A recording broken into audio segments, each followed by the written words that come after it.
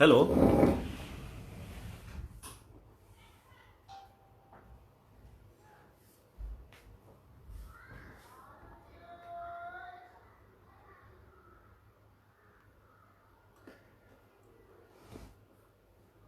Hello, I am Audible.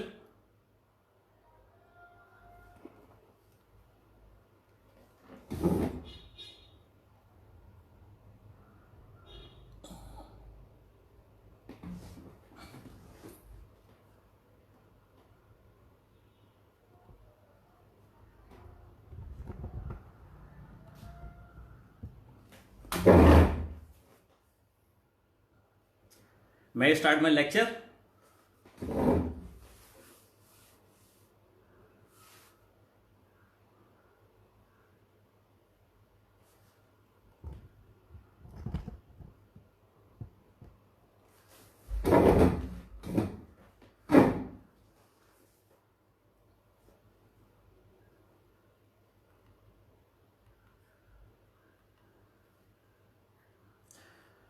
Late start our lecture.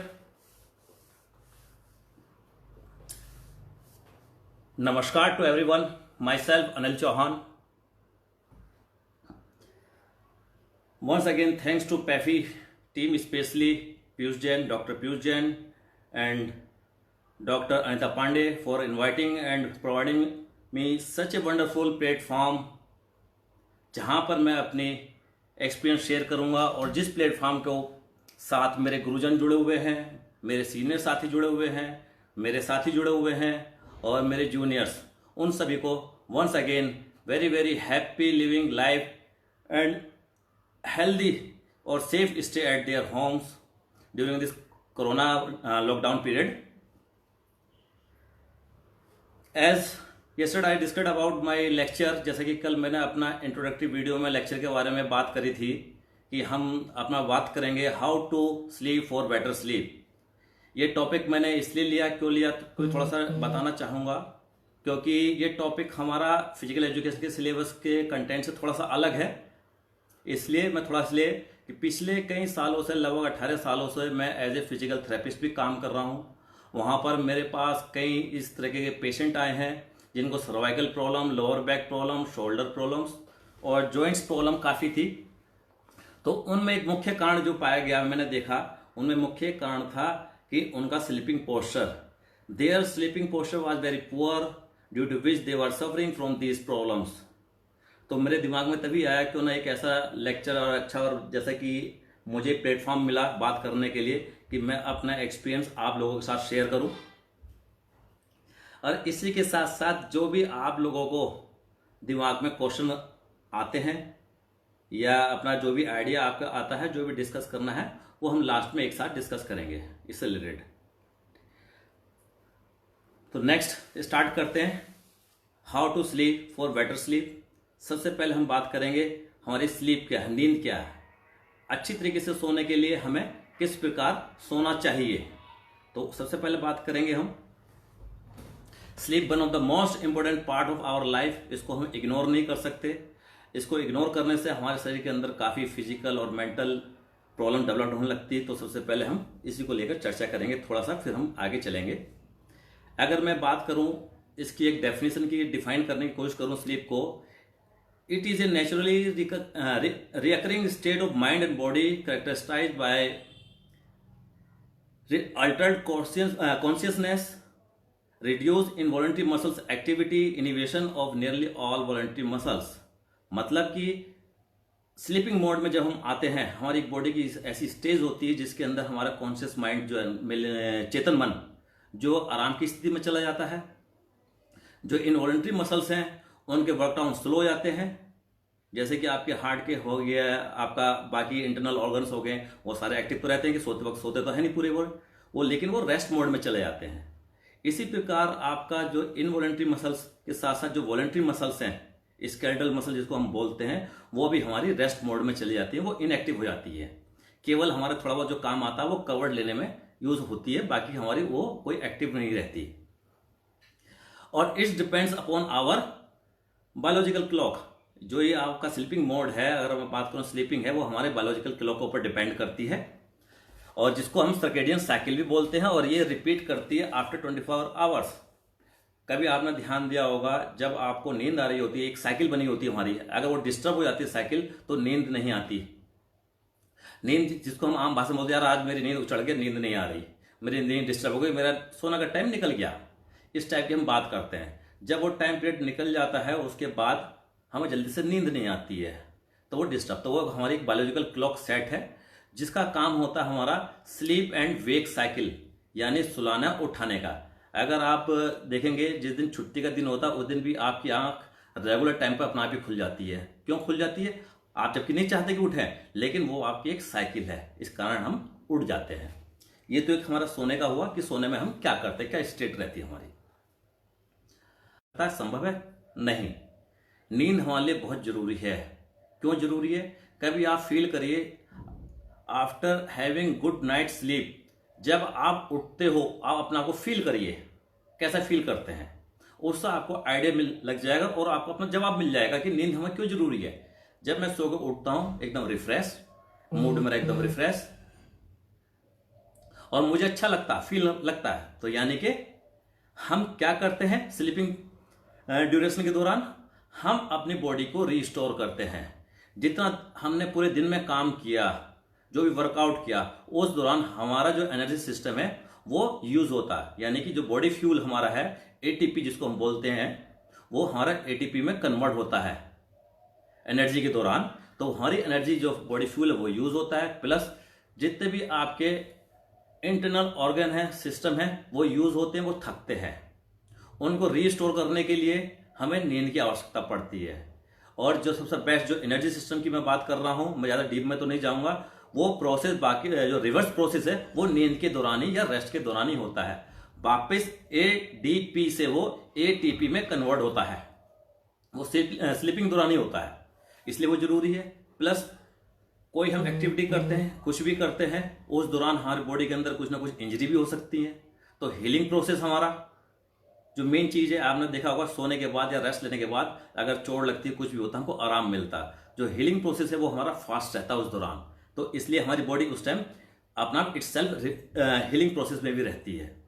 Next, जब हम कोई भी एक्टिविटी करते हैं, मेटाबॉलिक रेस्ट हमारा जो रिएक्शंस है बॉडी के अंदर कोई भी काम करने के लिए, भाई जैसे अगर हम खाना खाते हैं, उसको डाइजेस्ट करते हैं, जो भी करते हैं, जो मेटाबॉलिक रिएक्शंस होते हैं हमारी बॉडी के अंदर, उसके दौरान हमारी बॉडी के अंदर वेस्ट भी प्रोड्यूस होते हैं।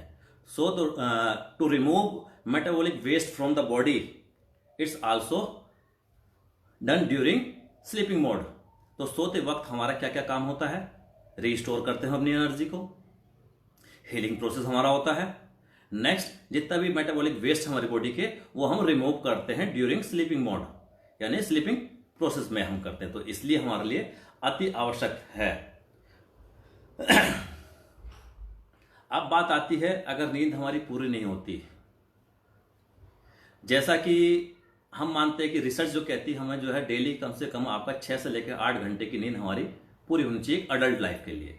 बच्चों के लिए ज़्यादा मानते हैं, वो डिपेंड करता है एज ग्रुप की। अब मैं जो बात कर रहा हूँ कि नॉर्मल अडल्ट कंटेंट्स, उसके बाद मैं उसके बारे में बात कर रहा हूँ, तो इसलिए जो हमारी एक नॉर्मल नींद रहनी चाहिए वो 6 से 8, एक्सेप्ट योगी।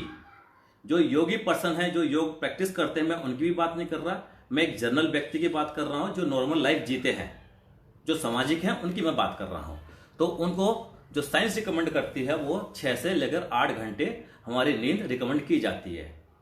अगर लंबे समय तक ये नींद अगर हमारी पूरी नहीं होती, 5 घंटे से कम नींद रहती है, तो हमारी बॉडी के ऊपर क्या साइड इफेक्ट पड़ते हैं उसको देखेंगे थोड़ा सा, तो उस समय पता चल जाएगा कि नींद हमारे लिए कितनी जरूरी है। जब लंबे समय तक नींद हमारी पूरी नहीं होती तो हमारे शरीर के ऊपर फिजिकल और साइकोलॉजिकल कुछ प्रॉब्लम्स हैं वो आने लगती हैं।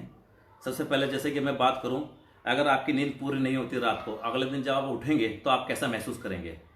ऐसा लगेगा कि अभी भी मुझे नींद आ रही है, लेकिन मुझे काम पे जरूरी जाना, ऑफिस जरूरी जाना, बहुत जरूरी काम है। तो आपको पूरे दिन जो है स्लीपीनेस सा फील करोगे, डे टाइम, पूरा डे टाइम आपका स्लीपीनेस सा रहेगा, फटीक रहेगी, मन आपका इरिटेटिंग रहेगा, मूड, आपसे कोई बात करना चाहेगा तो आपको इरिटेशन सा होगा, आप बात बात पे झगड़ेंगे अगर लंबे समय तक आपकी नींद पूरी नहीं होती है, और आप डिप्रेशन में चले जाते हैं। कोई बात करने जाएगा, मन ही नहीं करता बात करने का, आपको लगेगा कि मैं अकेले रहूं, और अपना आप ही मन ही मन में आपको एक इंट्रोवर्ट टाइप में होते चले जाते हैं, कहीं किसी काम में मन नहीं लगता। और जब ये कंडीशन और बिगड़ती चली जाती है तो आपका जो लर्निंग प्रोसेस है, नई नई बातें सीखने का प्रोसेस है, वो आपका स्लो पड़ता चला जाता है। You are unable to learn new things. आप बातें भूलने लगते हैं, धीरे धीरे आप बातें भूलने लगते हैं। इसी के साथ जो होता है लंबा प्रोसेस होता है कि आपकी जो जजमेंट कैपेसिटी होती है उसको हम लेने में मुश्किल होती है, हम डिसीजन लेने में, डिसीजन मेकिंग में हमको प्रॉब्लम होती है। और यही चीज़ अगर अब मैं बात करूं प्रैक्टिकल लाइफ में बात करूं, कभी आपने देखा होगा कि जो एक्सीडेंट मैक्सिमम होते हैं वो रात के वक्त होते हैं। क्यों होते हैं? इसका भी एक सिंपल सा लॉजिक है। जैसे मैंने बात करी थी कि हमारी एक बायोलॉजिकल क्लॉक है, वो रात को घूम के मतलब जैसे कि आपकी जो सेट है वो आपका रात का जो नॉर्मली हमारा है वो सोने का टाइम है। तो जो बायोलॉजिकल या सर्केडियन साइकिल इसको हम बोलते हैं, उसके अनुसार हमको रात को नींद आएगी। उस दौरान अगर आप काम करेंगे या लंबे समय से आप एक्टिविटी कर रहे हैं, रेस्ट नहीं ले पा रहे हैं, तो आपको क्या डिसीजन लेने की कैपेसिटी कम हो जाती है। जो इंटरप्रिटेशन की बात होती है कि मैं कितने समय में कहाँ से कितना डिस्टेंस, जो इंटरप्रिटेशन की बात करते हैं कितना दूर हूँ मैं अपने ऑब्जेक्ट से, वो हमको उसमें प्रॉब्लम होती है। प्लस झपकी लग जाती है, नींद आ जाती है। तो इसलिए मैक्सिमम जो आपके एक्सीडेंट जो होते हैं रात के वक्त ड्राइविंग दौरान, एक मेन कारण आपका साइकोलॉजिकल फैक्टर यही है कि आपकी नींद पूरी नहीं होती। इसी प्रकार जब आप जॉब में होते हैं, आपका जॉब ऑफ टाइम पर है या रात को आपको काम करना पड़ गया, आपकी नींद पूरी नहीं हो रही है, कोई भी फैक्टर हो सकता है नींद पूरी ना होने के कारण, लेकिन आपको नींद अच्छी नहीं आ रही है, तो आपका उसका असर पूरा जॉब पे भी पड़ता है। जॉब के दौरान आप हमेशा इरिटेट रहेंगे। अगर आप ऐसी मैकेनिकल जॉब पर रहें जैसे जहां फैक्ट्री में काम कर रहे हैं और मशीन आपके मैकेनिकल हैं, तो वहां पर कोई भी आपके साथ इंसिडेंट होने के चांसेस रहते हैं और इंजरी होने के चांस रहते हैं। ये एक आपके सारे साइकोलॉजिकल फैक्टर हैं जिनकी वजह से हमें ये इंजरी होने के चांसेस रहते हैं। इसी के साथ साथ कुछ हमारे हेल्थ प्रॉब्लम्स डेवलप होने लगती हैं जो कि बहुत सीरियस है। जब आप रेगुलर काम करते रहेंगे आपको रेस्ट नहीं मिलेगा। जैसे एक आम भाषा में बात करते हैं ना, गाड़ी कंटिन्यूस चलती रहे या मोटर चलती रहे, तो मोटर में जो मेन मोटर होता है वो गर्म होने लगता है, गर्म होने के बाद आपका जो है बंद हो जाता, फेल हो जाता। उसी प्रकार से हमारा जो मोटर की बात हम करते हैं, अपना कार्डियक जो हमारा हार्ट है, आप 24 घंटे काम करता है, अगर उसको रेस्ट नहीं मिलता है, जिनको अगर रेस्ट नहीं मिलता है तो वो आपका हार्ट को इफेक्ट करने लगता है। और धीरे एक टाइम ऐसा आता है कि आपको कार्डियक अरेस्ट की भी प्रॉब्लम हो सकती है लंबे समय के बाद, और आपको बीपी की प्रॉब्लम हो सकती है, हाई बीपी की प्रॉब्लम, या स्ट्रोक, या आपका रेस्पिरेटरी सिस्टम, आपको अस्थमा की प्रॉब्लम हो सकती है, आपका ब्रीथिंग रेट बढ़ जाता है, डाइजेस्टिव सिस्टम बिगड़ने के कारण आपको कॉन्स्टिपेशन रहने लगता है। और लंबे समय तक जब ये बिगड़े रहेंगे सारे सिस्टम, तो आपको धीरे धीरे डायबिटीज की भी प्रॉब्लम होने लगती है। तो ये कई सारे बहुत सारे इशू हैं मेनली जो हमारे बॉडी को नींद पूरी न होने के कारण हमारे शरीर को ऊपर पड़ते हैं। साथ ही साथ जब लंबे समय तक आपकी नींद पूरी नहीं होती है तो हमें एजिंग प्रोसेस, जो हमारा जो एजिंग प्रोसेस है वो स्पीड पकड़ लेता है। It's increase our ageing process.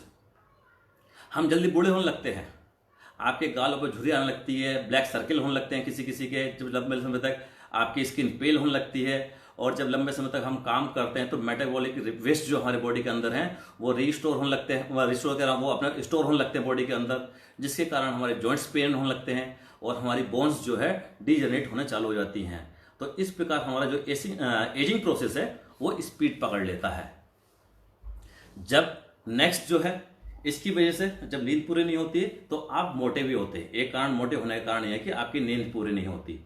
जब नींद पूरी नहीं होती, आप लंबे समय तक जागते हैं। जब लंबे समय तक जागते हैं तो जाहिर सी बात है आपकी ईटिंग हैबिट्स वो भी डिस्टर्ब हो जाती हैं, आपकी फ्रीक्वेंसी ऑफ मील वो बढ़ जाती है। अभी मैं 6 घंटे जग रहा हूँ, सो गया, अब मैं 10 घंटे में जगूंगा तो जाहिर सी बात 2-4 घंटे मैं कुछ ना कुछ खाने का सोचूंगा। तो इस प्रकार हमारा जो है मील की फ्रीक्वेंसी बढ़ने के कारण आप एक तरीके से आप देखें तो आप एक्सेस एनर्जी हम ले रहे हैं। जो जितना भी आपकी एक्सेस एनर्जी होगी वो आपकी कन्वर्ट होगी फैट के अंदर। हम जितना भी एक्सेस एनर्जी लेते हैं, जितना रिक्वायरमेंट से ऊपर की बात करते हैं, तो वो सारा का सारा हमारा नेक्स्ट जो है हमारा फैट में कन्वर्ट हो जाता है और हम इस तरीके से मोटे और ओबेसिटी की तरफ हम बढ़ने लगते हैं। नेक्स्ट चीज जो बात कर रहा था कि इसमें एज के साथ साथ जैसे बात कर रहा था कि अगर नींद पूरी नहीं होती, हमारे सेक्स ड्राइव जिसको हम बोलते हैं वो भी हमारी कम होने लगती है और हम इम्पोर्टेंसी की ओर अग्रसर करने लगते हैं। जब हमारी नींद पूरी नहीं होती तो हमारे हार्मोन्स डिस्टर्ब होने लगते हैं जो कि हमारे सेक्स ड्राइव को कंट्रोल करते हैं, और वो जब डिस्टर्ब हो जाएंगे तो हमको धीरे धीरे हमारी सेक्स ड्राइव कम होने लगती है और हम एक इम्पोर्टेंसी की तरफ बढ़ने लगते हैं। तो ये तो हमारा मेन, हमारे जो सोने के बारे में बात की थी, नींद के बारे में। नींद क्या है, क्यों जरूरी है, अगर जरूरी है और ना पूरी हो तो हमारे शरीर के ऊपर क्या इफेक्ट पड़ता है, तो उसकी मैंने चर्चा की। अभी मेरे पास कुछ सवाल आ रहे हैं, जैसा कि मैंने आपसे पहले बोला था कि मैं उन क्वारीज को लास्ट में डिस्कस करूंगा अभी, तो सब आप लिख लीजिए, आप चिंता नहीं करिए, मैं छोड़ कर नहीं भागूंगा जब तक आपकी सारी क्वेरीज पूरी ना हो जाए इससे रिलेटेड, टॉपिक से रिलेटेड।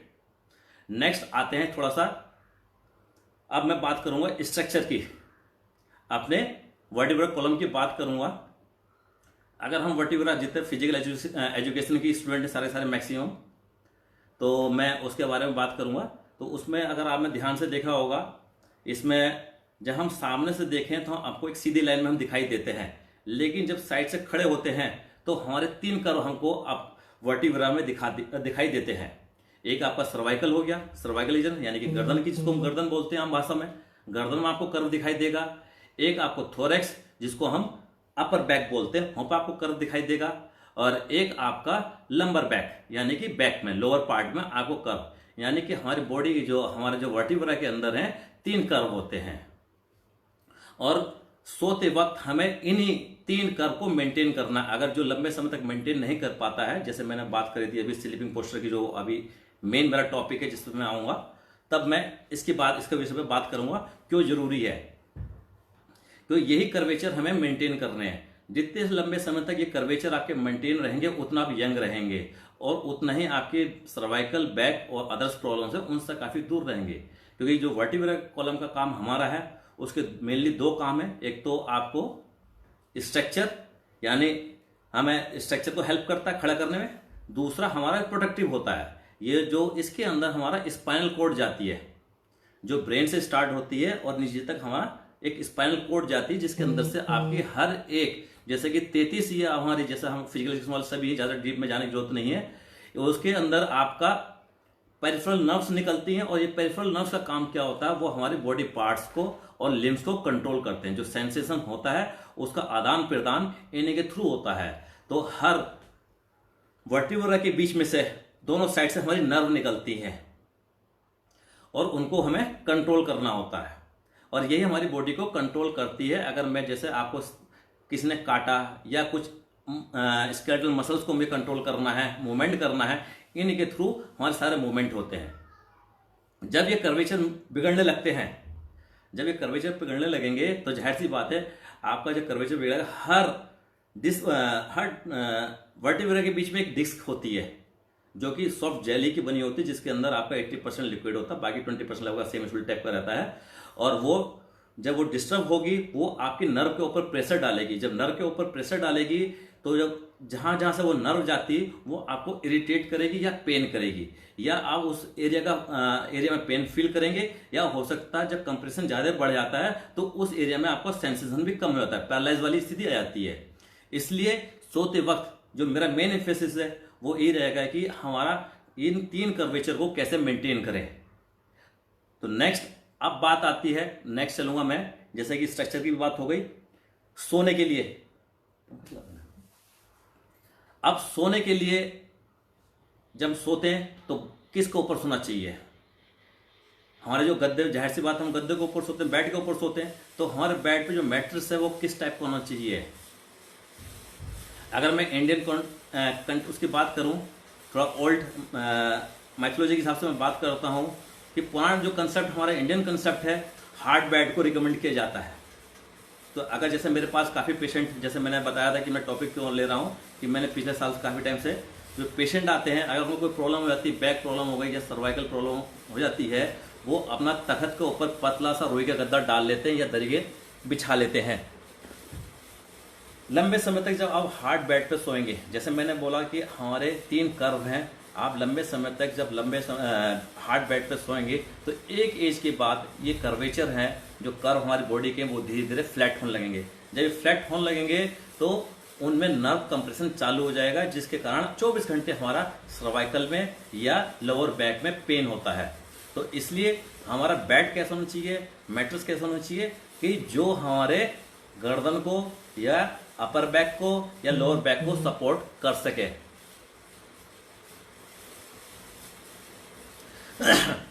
तो अब मैं अगर बात करूं कि जो इनके गद्दे की मैं बात करता हूं, जैसे कि इनको हम दो कैटेगरी में क्लासिफिकेशन हम करें, अगर on the basis of material तो उनको मैं डिवाइड करूंगा। एक तो हमारा रुई के गद्दे, कॉटन फॉर्म, कॉटन मैट्रेस हो गए, एक पीयू फॉर्म जो पॉलीफॉर्म भी हम बोलते हैं इसको, पॉलीयूरेथीन फॉर्म जो मेनली आजकल यूज होते हैं, एक आपका मेमोरी फॉर्म, नेक्स्ट लेटेक्स रबड़ के आते हैं, और एक आपके स्प्रिंग मैट्रेस रहते हैं, स्प्रिंग कॉइल होते हैं उसके अंदर, एक हाइब्रिड की बात करते हैं।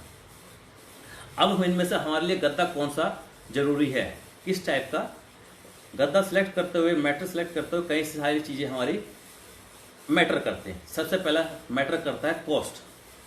अगर मैं आपसे बात करता हूं कि हमारे लिए जो बेस्ट गद्दा है वो हमारे लिए बहुत कॉस्टली पड़ता है, तो उसमें हम नहीं जा पाते। जैसे कि अगर मैं मेमोरी फॉर्म या लेटेक्स रबड़ की बात करूंगा, नेचुरल रबड़ का जो गद्दा हमारा होता है, लेटेक्स का होता है, वो 1-1.5 लाख तक का हमारा बैठता है, तो हमारे कॉस्टली बहुत हो जाता है। तो अब मैं जो बात कर रहा हूँ कि इसमें एक हाइब्रिड मैट्रेस आते हैं।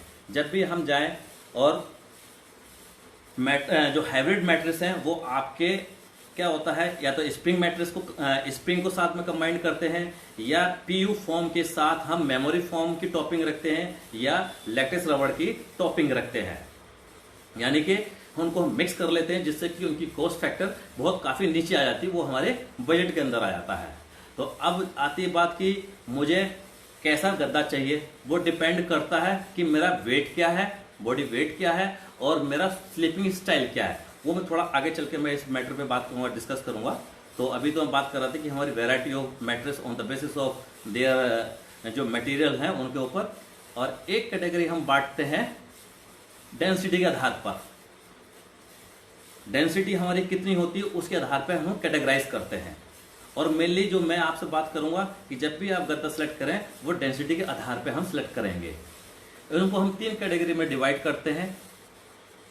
लाइट डेंसिटी, लाइट डेंसिटी, अब इसको मैं थोड़ा टेक्निकल है तो उसको बात करेंगे कि लाइट डेंसिटी कौन से गद्दे होते हैं। ये गद्दे के ऊपर पड़ा रहता है, मैट्रेस के ऊपर भी, या आप जब दुकान पे जाएंगे जो सेलर होगा उससे भी आप बात करें कि मुझे लाइट डेंसिटी का चाहिए, जो कि अगर मैं जाऊँ लाइट डेंसिटी को बोलते हैं, जो कि 1 फुट क्यूब पर कम से कम 3 पाउंड यानी 1.5 किलो वेट अगर हम रखें उसको मेंटेन कर ले। यानी कि मैं 1 फुट लेंथ, 1 फुट आपका ब्रेथ, 1 फुट हाइट एक टुकड़ा लूं, उसको ऊपर 3 पाउंड यानी 1.5 किलो वेट रखता हूं लगभग, तो वो आपको मेंटेन कर ले, वो हमारा लाइट डेंसिटी वाला कहलाता है। इसके बाद आता है मीडियम डेंसिटी का गद्दा, जिसकी डेंसिटी आपकी 4 से लेके 5 रहती है, 4 से 5 क्यूबिक फुट रहती है।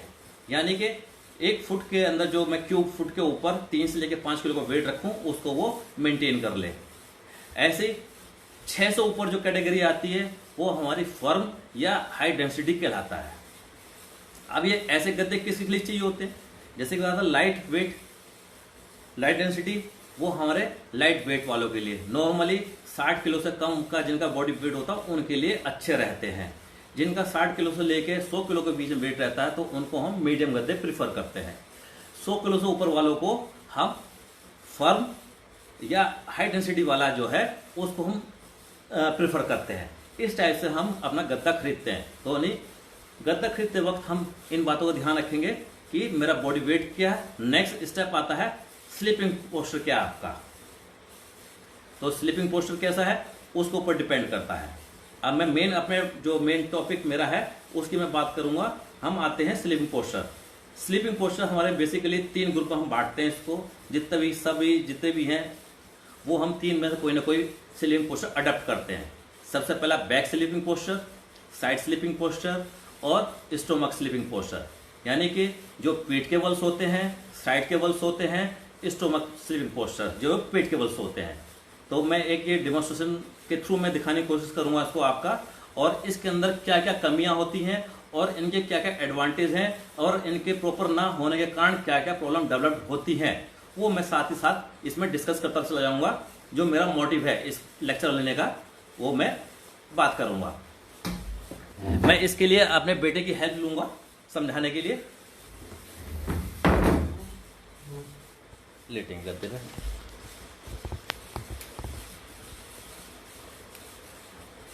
थोड़ा सा पीछे कर लेते हैं। सभी को सब्जेक्ट दिखाई दे रहा है? थोड़ा बहुत पीछे करो, बहुत पीछे।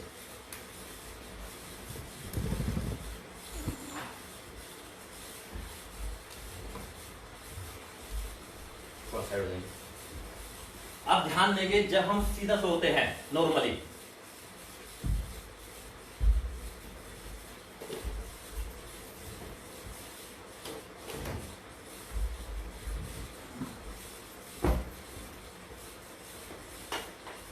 जब हम सीधे सो रहे हैं, अभी जैसे मैंने बात करी थी, अगर गद्दा आपका हार्ड ज्यादा होगा, जैसे ये हार्ड गद्दा है, तो कब क्या होगा, एक कर्व हमारा यहाँ पर है गर्दन के नीचे, इसी के साथ साथ अगर मैं हाथ डालूंगा यहाँ पे भी कर्व आपका बन रहता है पैर सीधा करने पर।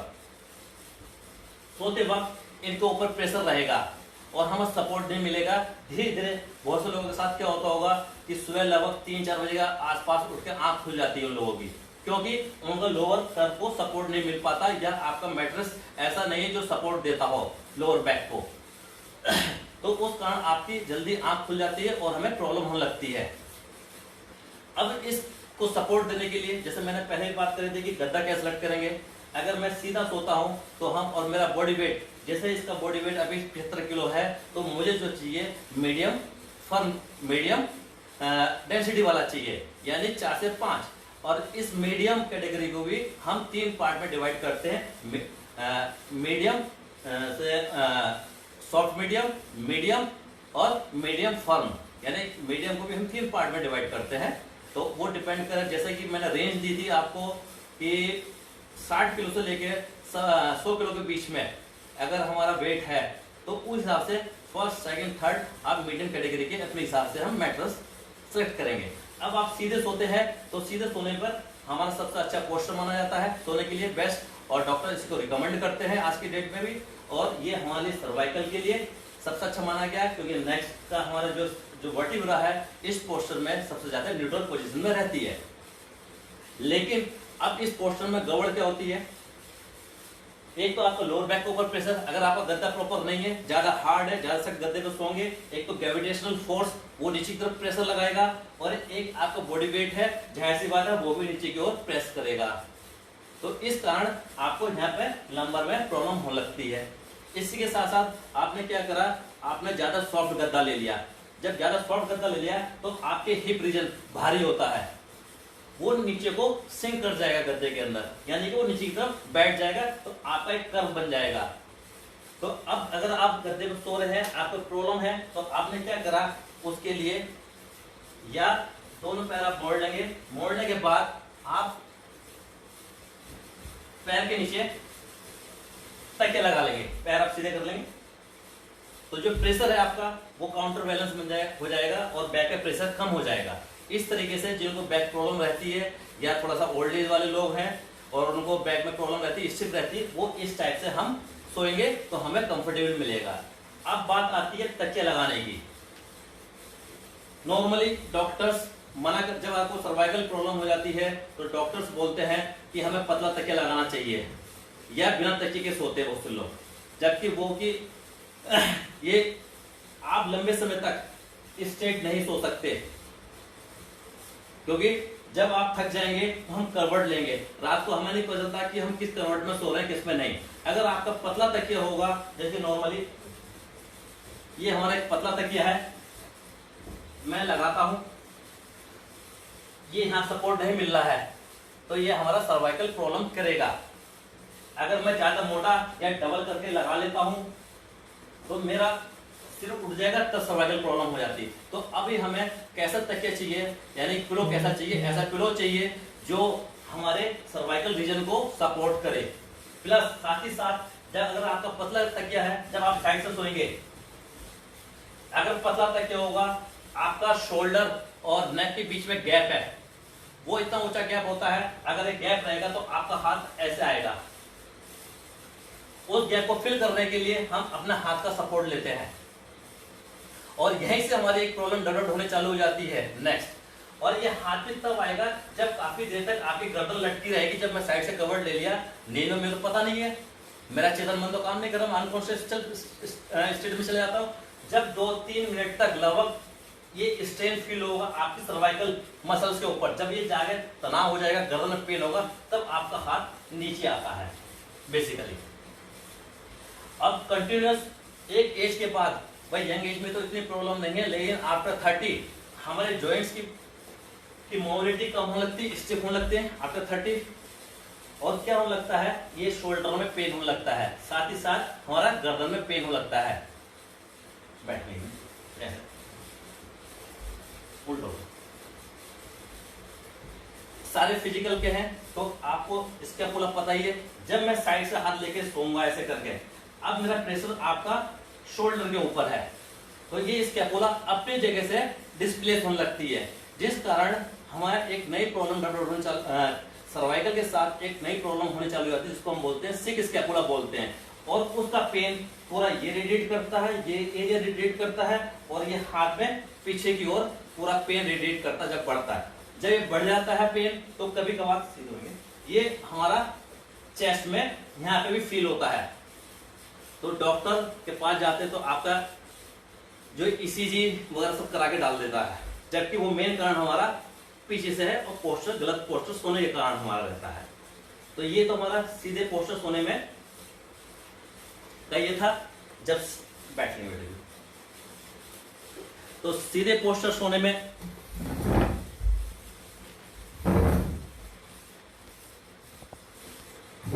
जैसे मैंने कहा था सबसे बेस्ट माना जाता है कि आपके स्पाइन के लिए और उसके लिए आपके नेक के हेल्थ के लिए सबसे बढ़िया माना जाता है। और ब्रीदिंग प्रॉब्लम, स्नोरिंग प्रॉब्लम, बहुत से लोग जब मैं तकिया ज़्यादा ऊंचा लगा लेता हूं तो आपको घुराटे भरते हैं बहुत से लोग, जिनकी गर्दन ऐसे हो जाती है, तो उसको अवॉइड करता है। और साथ ही साथ जब अच्छी क्वालिटी का आप मैट लेंगे वो आपके मसल्स को भी सपोर्ट देता है, लेकिन इसके डिसएडवांटेज भी है।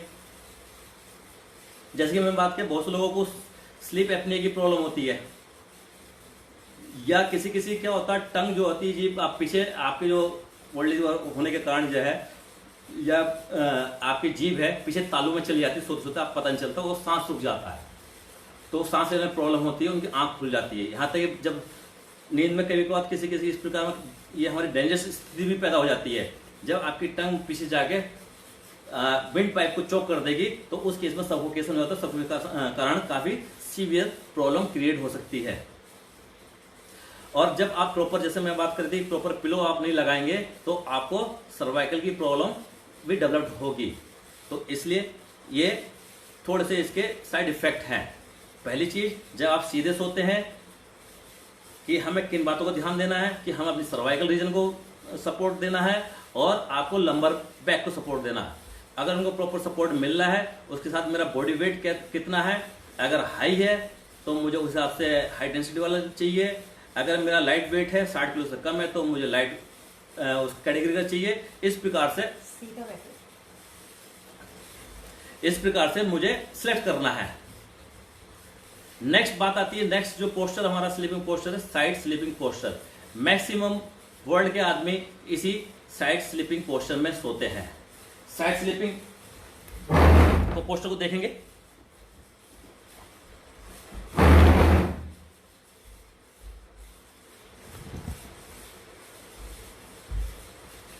Side sleeping. अब हमारा बॉडी जब साइड से सोता है तो क्या क्या प्रॉब्लम डेवलप हो सकती है। एक तरफ हमारा वेस्ट पर है, कमर पर, शोल्डर हमारे भारी है, हिप हमारा भारी है, यानी कि जब मैं साइड से सोऊंगा, अगर प्रॉपर पिलो नहीं लेता हूं, पिलो कह रहा हूं, मैट्रेस नहीं लेता हूं अपने बॉडी वेट के हिसाब से, तो इनको सपोर्ट नहीं मिलेगा। जब सपोर्ट नहीं मिलेगा तो मेरे इस कर्व को, बैक कर्व को प्रॉब्लम होगी और गर्दन को। जब मैं साइड से सो रहा हूं, मेन रोल हमारा पिलो का भी आता है साथ साथ। जैसे मैंने पहले वाले उसमें बताया था कि हम जब साइड से सोते हैं, अगर प्रॉपर पिलो नहीं है, पिलो आपका पतला है या ज्यादा मोटा है, तो आपकी गर्दन सीधी नहीं रहेगी। और मैंने आपसे जैसे शुरू में बात करी थी कि हमारा जो वर्टिब्रा है वो एक स्ट्रेट लाइन में रहनी चाहिए। गर्दन ऊंची होगी तब प्रॉब्लम है, नीचे होगी तब प्रॉब्लम है, वो अपनी डेविएट नहीं होनी चाहिए अपनी लाइन से। तो अब साइड स्लीपर के साथ सबसे बड़ी प्रॉब्लम क्या होती है, वो हाथ नीचे देके सोते हैं। सबसे कॉमन प्रॉब्लम साइड स्लीपर के साथ क्या, उनकी आदत बनी होती है शुरू से ही, क्योंकि उनको पता नहीं कि हमें हाथ दबा के सोना चाहिए कि नहीं सोना चाहिए, या इसके साइड इफेक्ट क्या है। इनिशियली हम यंग एज में या चाइल्डहुड में ये टेंडेंसी चालू कर देते हैं, आदत पड़ जाती है, हमारी हैबिट पड़ जाती है, और हमको बताने वाला कोई नहीं रहता, जिस कारण हमें आगे चल के ये आफ्टर 30s के बाद ये प्रॉब्लम डेवलप होने लगती है। तो इसलिए इसको अवॉइड करेंगे। शुरू से ही आप अपने बच्चों में ये आदत डालेंगे, अगर साइड से सोते हैं तो आपको जो तकिया चाहिए वो तकिया चाहिए आपका शोल्डर और नेक के बीच में कितना गैप है, उसी का हिसाब से हम अपना तकिया लेंगे।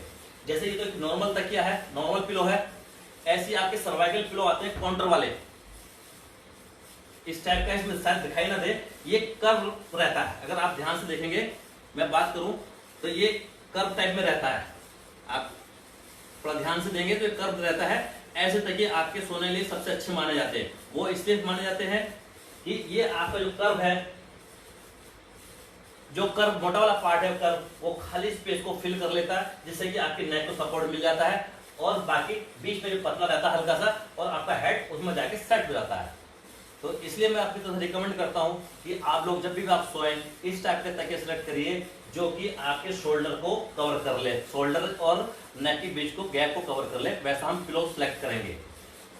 इसी के साथ साथ ये हमारे पिलो अलग मटेरियल के जैसे मैट्रेस बनते हैं, उसी प्रकार ये पिलो भी बनते हैं। पिलो आपके मेमोरी फोम का भी होता है, और आपके फोम का भी, पीयू का भी रहता है, और कॉटन का भी।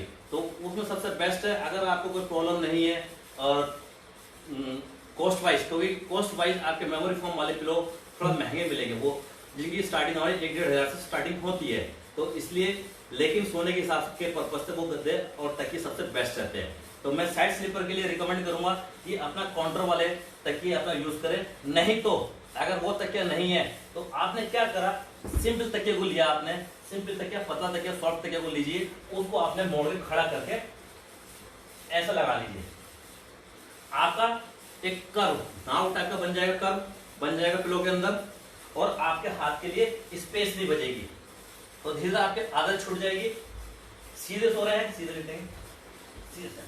अब मैं सीधा से लेटा हूं तो मेरा मेनली बैक नेक सपोर्ट मिल रहा है यहाँ पर। अगर साइड से करवट लूंगा तो मुझे प्रॉपर सपोर्ट मिल जाएगा। तो इसलिए हम तो खड़ा करके लगा लेंगे तो आपको काफी हद तक इसमें हेल्प मिल जाएगी। वो एक नागो टाइप में कन्वर्ट हो जाएगा, बीच में घेरा जाएगा, इस टाइप से हमें सपोर्ट मिल सकता है। बैठ। अब बात आती है कि साइड सोने में हमें क्या क्या प्रॉब्लम्स है, एडवांटेज क्या है और उसके डिसएडवांटेज क्या है। जैसे कि मैंने बात कर दी आप लोगों से कि सबसे ज्यादा पॉपुलेशन हमारी साइड स्लीप पर रहती है, या तो राइट या लेफ्ट। अब बात आती है कि हमें राइट साइड सोना चाहिए कि लेफ्ट साइड सोना चाहिए।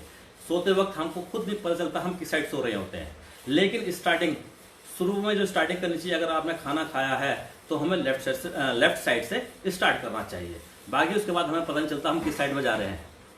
वो लेफ्ट साइड में इसलिए आप साइंस के स्टूडेंट सभी समझ जाएंगे कि हमारा जो स्टोमक का ओपनिंग है, पेट का मुंह, वो एक तरीके से इस टाइप से है, तो लेफ्ट साइड में ऊपर की तरफ रहता है। अगर मैं राइट साइड को स्टार्ट करूंगा सोना तो वो उल्टा हो जाएगा इस टाइप से। तो आपको क्या होगा, जो डाइजेस्टिव जूस है वो बाहर निकल के आ जाते हैं, और आपको एसिड फ्लक्स, कई बार जिसको हम हिंदी में ओज बोलते हैं, वो आपके गले में चुभन सी लगती है, डगार आती है, वो उस टाइप से आने चालू हो जाती है, वो आपको डिस्टर्ब कर देता है पूरा। तो इसलिए हम स्टार्टिंग में जब हमने खाना खाया है तो हम राइट साइड से नहीं सोते, लेफ्ट को प्रेफर करते हैं। उसके बाद आप किसी भी कन्वर्ट लीजिए, फिर कोई प्रॉब्लम नहीं है। लेकिन अब इसके साथ प्रॉब्लम क्या होती है साइड स्लीपर्स के, अब जब साइड से सोते हैं, जाहिर सी बात मैंने बात की, अगर आपका प्रॉपर पिलो नहीं होगा, मैं शोल्डर साइड सोऊंगा, शोल्डर प्रेस करेगा, मेरा सर्कुलेशन ब्लॉक हो जाएगा। सर्कुलेशन ब्लॉक होने के कारण मेरा हाथ, रात को कभी बात ऐसा आपको कई लोगों के साथ हुआ होगा कि आपका पूरा हाथ का पूरा एकदम रबर हैंड की तरह हो जाएगा, उसके अंदर सेंसेशन नहीं रहता, एकदम पैरालाइज टाइप का हो जाता है।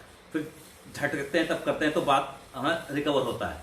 तो उस टाइप की प्रॉब्लम होने लगती है। प्लस 6 स्कैपुला की मेन। नेक्स्ट आपके टेंडन जुड़े रहते हैं यहाँ पर।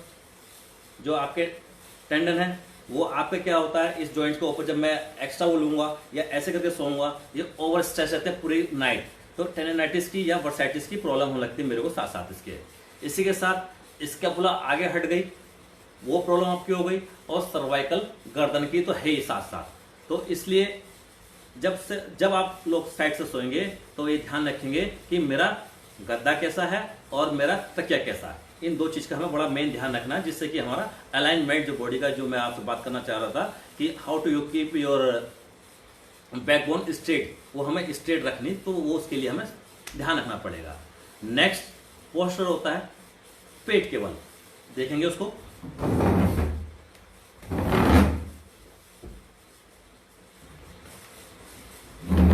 जब हम पेट तक पेट के बल सोते हैं, ये सबसे बुरा पोस्टर हम माना जाता है। इसको डॉक्टर रिकमेंड नहीं करता है, और जो रिसर्च के अनुसार है इसको हम ज्यादा रिकमेंड नहीं करते, लेकिन बहुतों की आदत होती है कि पेट के बल सोने के लिए। जो लोग पेट के बल सोते हैं उनका गद्दा हार्ड होना चाहिए। वो इसलिए, अगर सॉफ्ट होगा तो क्या होगा, लोअर बैक आपके नीचे को भागेगी, तो यानी कि आपकी लोअर बैक पे जो प्रेशर रहेगा हर वक्त पूरी रात आपको पेन रहेगा। दूसरी चीज, आपकी गर्दन किसी एक साइड को टर्न रहती है, लेफ्ट या राइट, तो यानी कि एक अननेचुरल मूवमेंट हो, हमारा न्यूट्रल स्टेट में तो है नहीं। और जैसे बात कर रहा था कि एक हमारी जो है गर्दन आपकी न्यूट्रल स्टेट में रहनी चाहिए, तो इस कारण आपका सर्वाइकल की प्रॉब्लम, जाहिर सी बात है। फिर जब हम उल्टा सोते हैं, आपका हाथ बहुत से, एक हाथ गर्दन सिर्फ नीचे से लेकर सोते हैं बहुत से लोग, थोड़ा उल्टा दबा के या ऐसे करके हम सोते हैं, तो ये हमारा ऐसे करके या ऐसे करके सोते हैं, उस केस में हमारा प्रेशर पूरा लोअर बैक के ऊपर रहता है और ये उठा रहता है, गर्दन हमारी नॉर्मल स्टेट में नहीं रहती। लेकिन ये उन लोगों के लिए फायदेमंद है जिनको बहुतों को ब्रीथिंग प्रॉब्लम रहती है। जैसे अभी लेटेस्ट रिसर्च में पढ़ रहा था कोरोना के ऊपर, एक डॉक्टर मधु है आपके अमेरिकन, उन्होंने रिसर्च दी, जिन लोगों को आपको ब्रीथिंग प्रॉब्लम्स रहती है, उन लोगों को उल्टा लेटाने में सबसे ज्यादा फायदेमंद है और रिकवरी, क्योंकि उनकी ब्रीथिंग रेट, जो आपका ऑक्सीजन सैचुरेशन है, वो ब्लड के अंदर एकदम बढ़ जाता है, यानी कि आपके रेस्पिरेटरी सिस्टम को रेस्ट मिलता है और आप ब्रीदिंग कैपेसिटी आपकी इंप्रूव होती है। उन केस के लिए ये हमारा उल्टा लेटाना फायदेमंद है। बैठने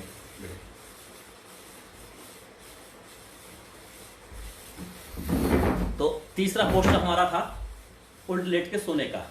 उल्टे लेट के सोने में किन को फायदा है, जिनको ब्रीदिंग प्रॉब्लम है उनके लिए फायदेमंद है, लेकिन साथ साथ इसके नुकसान ये है कि आपकी गर्दन और लोअर बैक के ऊपर हमेशा प्रेशर बना रहता है, और साथ ही साथ आपकी गर्दन एक साइड सर्वाइकल की प्रॉब्लम और लोअर बैक की प्रॉब्लम होने के चांस ज्यादा रहते हैं।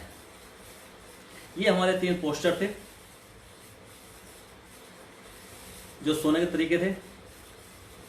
अब इन 3 तरीकों में से हमारा कौन सा बेस्ट है, हमें ये आपको खुद को पता है, और सोते वक्त हम किस पोस्टर में चले जाते हैं हमको ये भी नहीं आइडिया रहता है।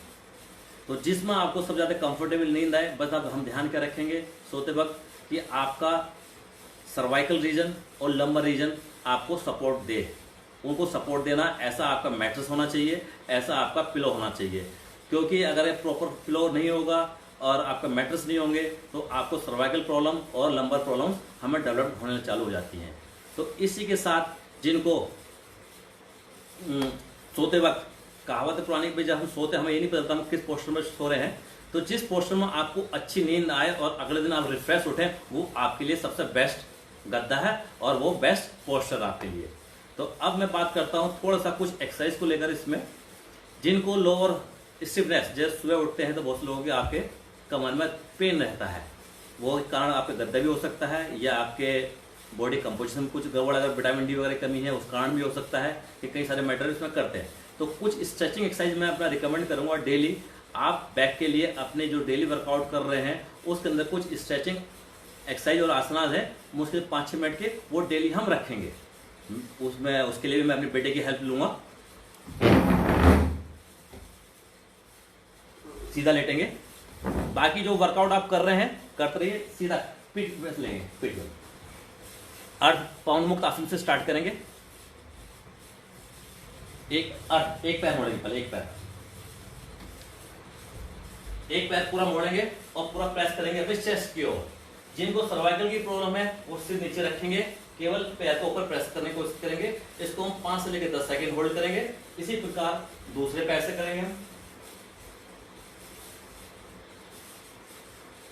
इसको भी 5 से लेकर 10 सेकंड हम होल्ड करेंगे। आप दोनों पैर लेंगे धीरे। आपको यहाँ पर पूरा पूरा स्ट्रेच फील होना चाहिए। फिर एक ध्यान देंगे, स्ट्रेचिंग पेन और नर्व पेन को आप डिफरेंशिएट करेंगे।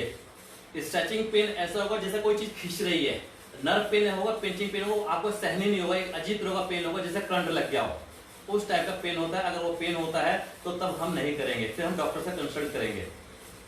स्ट्रेचिंग पेन अगर होता खिंचाव वाला तो वो कोई प्रॉब्लम नहीं, और वहां तक हम लेके जाएंगे जहां तक हम पेन बियर कर सकते हैं। उस पोजीशन को हम कम से कम 5 से 10 सेकंड होल्ड करेंगे।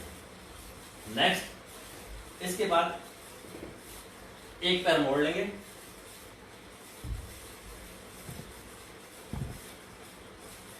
मोड़ कर अपोजिट साइड हाथ से रखकर ये पूरा प्रेस करेंगे, गर्दन अपोजिट साइड ले जाएंगे और आपका शोल्डर उठना नहीं चाहिए।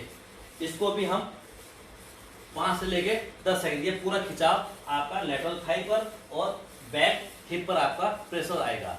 जहां तक आपको मैक्सिमम स्ट्रेच फील होता है वहां उस कंडीशन में हम रोक लेंगे। धीरे वापस आएंगे, फिर दूसरी साइड लेंगे हम,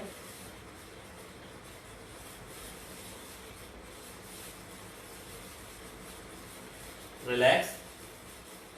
इसके बाद हम लेटे लेटे ताड़ासन लेंगे, दोनों हाथ ऊपर की ओर स्ट्रेच करेंगे,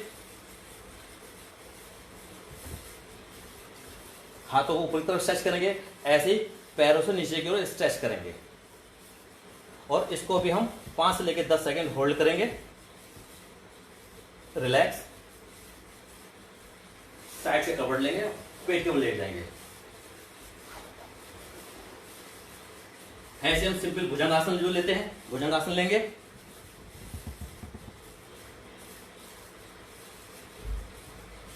पूरा कर प्रेशर आने के बाद यहाँ पर लोअर बैक से नीचे की तरफ प्रेस करने की कोशिश करेंगे, यहाँ जिससे यहाँ पर आपका प्रेशर आए। रिलैक्स, वापस नीचे आ जाएंगे, ऐसे हम शशांक आसन पोजीशन में आ जाएंगे।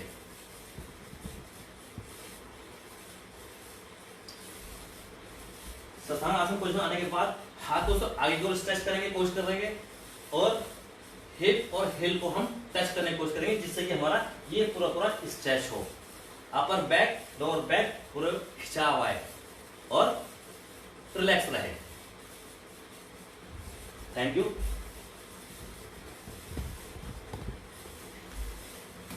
ये तो कुछ लोअर बैक के लिए एक्सरसाइज की मैंने बात करी थी। इसी के साथ साथ कुछ मैं सर्वाइकल और सिक स्कैपुला की जो बात कर रहा था उस रिलेटेड कुछ एक्सरसाइज मैं आपके सामने डेमो करना चाहूँगा और उनको भी मैं चाहूँगा कि आप लोग अपने प्रोग्राम डेली प्रोग्राम में ऐड कर लें। तो बाकी तो आप एक्सरसाइज कर ही रहे होंगे, सारे फिजिकल एजुकेशन के हैं, कोई ना कोई एक्सरसाइज जरूर करते ही है। तो वो एक्सरसाइज अगर नहीं कर रहे हैं तो उनको आप अपने डेली रूटीन के प्रोग्राम में 10 मिनट की एक्सरसाइज उनको आप ऐड कर लीजिए।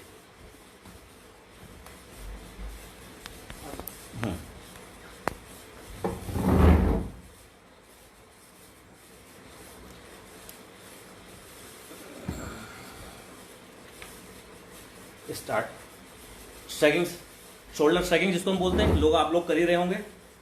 तो ये बेसिकली हमारे स्कैपुला जो अभी एक्सरसाइज हम जो बता रहा हूँ आपके अपर बैक और स्कैपुला के लिए है। और जो माइनर मसल्स हमारी है टेरेस माइनर और मेजर माइनर, उनको रोम्बॉइड मसल वगैरह जो है उनके लिए मैं एक्सरसाइज बता रहा हूँ। ये बहुत जरूरी एक्सरसाइज है। अप डाउन करेंगे, रोटेट करेंगे, डायरेक्शन चेंज करेंगे, शोल्डर्स का इंटरनल एक्सटर्नल रोटेट मूवमेंट करेंगे। और इसमें जब आप इंटरनल और एक्सटर्नल मूवमेंट करेंगे तो ध्यान रखेंगे कि आपकी एल्बो एकदम स्ट्रेट रहे, एल्बो आपके बेंड नहीं होने चाहिए। मूवमेंट हमारा शोल्डर जॉइंट से होना चाहिए, वो पूरा अंदर की ओर और बाहर की ओर पूरा घूमना चाहिए, आपका प्रेशर आना चाहिए। इनिशियली हम विदाउट वेट करेंगे, जब आपको एक आध हफ्ता हो जाए तो हम वेट के साथ इसको कर सकते हैं। इसी के साथ अब हम शोल्डर लेवल पर दोनों हाथ उठा लेंगे। अब थोड़ा सा ध्यान देंगे इसमें, थोड़ा सा पीछे हो जाएगा। हम नॉर्मली आगे पीछे करो, ये मूवमेंट करते हैं। अब इसमें करना क्या है, जब हाथ आप पीछे लेके जाओगे, आपके अंगूठा पीछे की तरफ जाएगा रोटेट करता हुआ, यानी कि आपका external movement with extension off shoulder. मैं बाहर घुमा रहा हूं और साथ ही साथ एक्सटेंड कर रहा हूं अपने शोल्डर जॉइंट को। तो यानी कि आपका जो रहेगा मूवमेंट, साइड से देखेंगे, ये पूरा अंगूठा थंब, बस थंब रूल क्या है, आपकी हथेली अपवर्ड डायरेक्शन में हो जाए, अब पूरा शोल्डर लेवल पर है, ऐसी इस साइड दोनों हाथ। तो जो लोड आएगा आपका, वो लोड यहां आएगा, इस जगह आएगा। अभी करेंगे और इमेजिन करेंगे कि दोनों अंगूठे हम आपस में छूने की कोशिश कर रहे हैं। वीडियो प्रॉपर नहीं आ पा रहा है, मैं उसके लिए माफी चाहूंगा, क्योंकि लॉकडाउन में घर के अंदर ही सब कुछ करना है।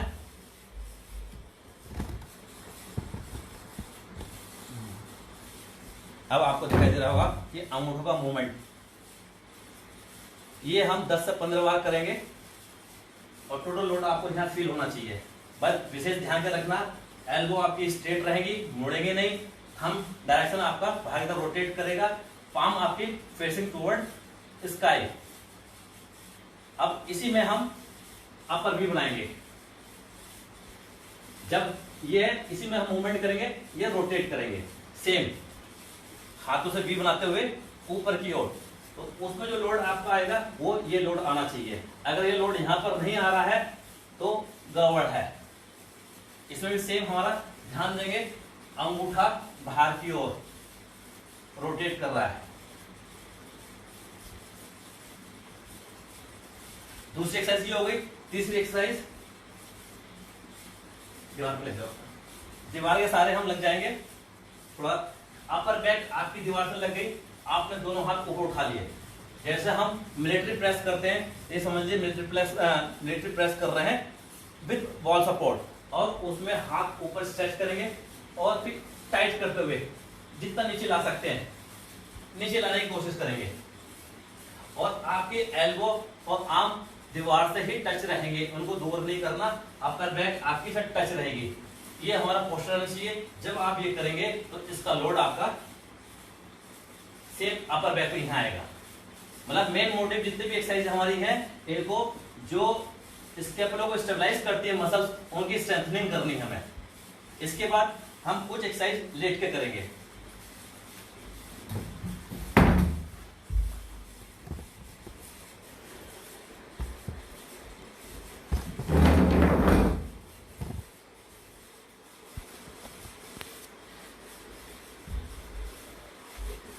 दोनों एल्बो बेंड कर लेंगे, शोल्डर लेवल में ले आएंगे, आपका फोरहेड ग्राउंड से टच हो जाएगा, उठा नहीं रहेगा। अब सेम इसमें भी ये रोटेट करना है, फोरआर्म रोटेट करेंगे, लेकिन आपकी एल्बो ग्राउंड से टच रहेगी। तो ये हमें ऊपर उठाने की कोशिश करनी है, दोनों हाथों से करेंगे ऐसे, जिसका लोड हमारा ये पूरा सेम लेटरल साइड और आपका इन मसल ग्रुप पर जो स्टेबलाइज करते हैं मसल हमारी स्कैपुला को, उनको ऊपर लोड आना चाहिए। इसी प्रकार हम इसको वी शेप में ले लेंगे। अब उठाएंगे, इसमें भी हमारा ध्यान रहेगा कि हमारे अंगूठे ऊपर की ओर टर्न करें।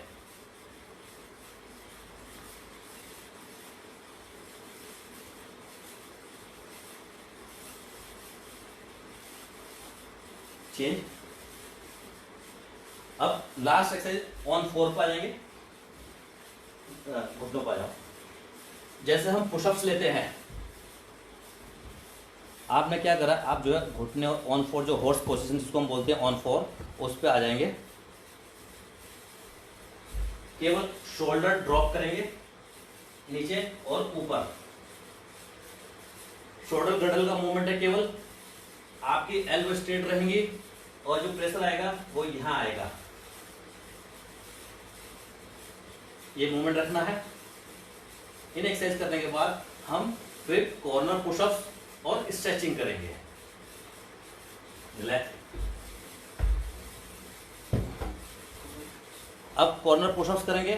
किसी भी किनारे में खड़े होकर आप कॉर्नर में ध्यान देंगे तो इसमें भी आप जो कॉर्नर पुशअप्स करेंगे, आपके हाथ दोनों शोल्डर लेवल पर रहेंगे, फेस अप और आगे की तरफ जाएंगे, बैक।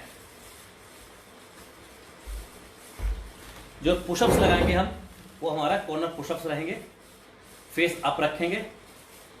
इसके बाद हम पेट्रोस मेजर को स्ट्रेच करेंगे। स्ट्रेच करने के लिए हम अपने दोनों एल्बो फिक्स कर लेंगे, लेकिन और आपका शोल्डर लेवल पर रहेंगे ये, और धीरे धीरे हम आगे की तरफ फॉरवर्ड बेंड करेंगे, फॉरवर्ड लीन करेंगे, फेस अप रहेगा, वापस। और हम 1 बाय 1 स्टेप रख के भी कर सकते हैं, एक पैर आगे रखकर, एक पैर आगे रख लो। अब स्ट्रेच करेंगे, अपर स्ट्रेट एकदम। इस टाइप से हम 5 से लेकर 10 सेकेंड होल्ड करेंगे। थैंक यू बेटे।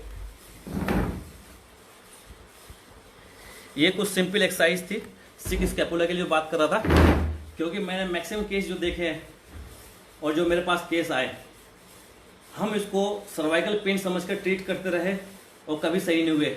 कई सालों लग जाते थे। मेरे पास जो आता था कि मुझे 10 साल हो गए, 12 साल हो गए, लेकिन आराम नहीं मिला उन लोगों को। जब एक्सरसाइज प्रोग्राम मैंने उनका चेंज किया और इस सर्वाइकल के बजाय मैंने सिक स्कैपुला के हिसाब से मैंने एक्सरसाइज प्रोग्राम शुरू किया, तो उनको काफ़ी रिलीफ मिला। और इसका मेन कारण जो रहता है, जो साइड स्लीपर रहते हैं, जो साइड स्लीपर सोते हैं वो और हाथ रख के जो ऐसे सोते हैं, उनको 70 to 80% सबको प्रॉब्लम होगी। तो इसलिए जब साइड से सोएं तो हमें प्रॉपर पिलो का जरूरत पड़ती है। या आपको सर्वाइकल की प्रॉब्लम है, डॉक्टर आपसे बोल देता है कि साहब आप पतला पिलो लगाएंगे, तो मैं उसको रिकमेंड नहीं करता। डॉक्टर को ये बताना चाहिए कि आपको तकिया कैसे लगाना है, वो बताता नहीं कि हमें कैसे तकिया लगाना चाहिए। वो केवल इतना बोल देते हैं, गाइड कर देते हैं। जो मेरे पास जो फीडबैक आया है, जिसके अनुसार मैं आपसे जो बात कर रहा हूँ, उसी फीडबैक के अनुसार बात कर रहा हूँ कि डॉक्टर या तो पतला तकिए के लिए बोल देते हैं या बिना तकिए के सोने के लिए बोल देते हैं। आप पूरे 8 घंटे या 6 घंटे लगातार बिल्कुल सीधा एकदम स्ट्रेट नहीं सो सकते। सोते वक्त आप कितनी करवट लेते हो खुद आपको आइडिया नहीं रहेगा। जो साइड स्लीपर है उसको बोल देंगे आपको पूरी रात सीधा सोना है, बड़ा मुश्किल है, इम्पॉसिबल फॉर देम। तो इसलिए मैं ये चाहूँगा कि आप अपने लिए काउंटर वाला पिलो अपना लेंगे, जिसके अंदर कर्व रहता है, और खासकर मेमोरी फोम के आते हुए वो हम लेंगे, प्यू फोम के नहीं। प्यू फोम के वो मोटा और हार्ड होगा, वो आपको कंफर्टेबल नहीं रहेगा। तो इसलिए मैं उसमें रिकमेंड करूंगा मेमोरी फोम का। बस मेमोरी फोम के पिलो में, या जैसे मैं बात कर रहा था मैट्रेस में एक प्रॉब्लम आती है, ये आपका मैट्रेस, मैं ज़्यादा ड्रिल में नहीं गया था उस टाइम। ये मेमोरी फोम क्या करता है, जब बॉडी के टेम्परेचर से टच होता है मेमोरी फोम, वो बॉडी की शेप ले लेता है, यानी कि वो उसके अंदर हीट रेडिएट करता है, वो गर्मी पैदा करता है, और उसी के हिसाब से गर्मी पैदा जब होती है उसी के हिसाब से बॉडी का शेप भी ले लेता है। लेकिन ठंडे जगह रहने पर या रूम टेम्परेचर आपका ठंडा है तो कोई प्रॉब्लम नहीं पड़ती उसमें। और आजकल जितने भी आपके आ रहे हैं उसके अंदर सिलिकॉन जेल मिक्स आते हैं, तो आप अपने लिए जो तकिया लेते हैं वो आप अपना या गद्दे लेते हैं, जो टॉपिंग आती है, टॉपिंग मतलब एक ऊपर की लेयर जो आपके सिलिकॉन जेल की रहती है उनको ऊपर, जिससे कि वो ठंडा रहे, तो कोई प्रॉब्लम नहीं आती। तो ये आज का मेरा टॉपिक था जिसके विषय में बात करना चाह रहा था, क्योंकि ये मेरा पर्सनल एक्सपीरियंस भी था थोड़ा सा, और ये फिजिकल एजुकेशन सब्जेक्ट से अलग हट के था, लेकिन इस directly deal with the health of all the persons, और ये हेल्थ से रिलेटेड है सभी के। कहीं ना कहीं हमारा शोल्डर पेन या सर्वाइकल पेन या बैक पेन से कोई ना कोई पीड़ित है आज की डेट में, और एक मेन कारण जो था वो आपका स्लीपिंग पोस्चर था। तो इसलिए मेरा कोशिश ये थी कि इस दौरान कि हम स्लीपिंग पोस्चर पर बात करें और हमारी क्या क्या प्रॉब्लम हो सकती है उसको थोड़ा डिस्कस करा जाए। तो यहाँ तक मेरा टॉपिक आज समाप्त हुआ। बाकी जो क्वेश्चन आवर्स हैं, जो आपके क्वेश्चंस हैं, उनको मैं चर्चा कर सकता हूँ। आप मुझसे क्वेश्चन पूछ सकते हैं, या मेरी ईमेल आईडी है उस पर, या व्हाट्सअप नंबर है। अगर आपको लगता है टाइम नहीं है, बाद में पूछना है, तो आप मेरे व्हाट्सअप या ईमेल आईडी पे आप अपना मैसेज ड्रॉप कर दीजिए, मैं उन लोगों का आंसर मैं दे दूंगा।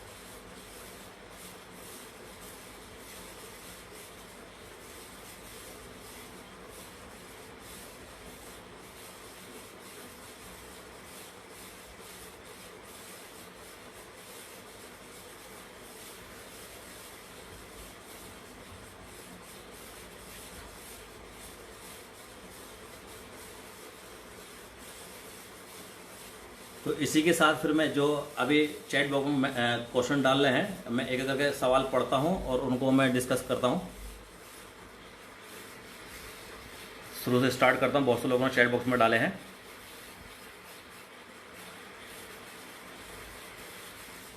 डॉक्टर अरुण डोगरा, उन्होंने आप डाला है, now days the major reason for insomnia is many people is mobile addiction.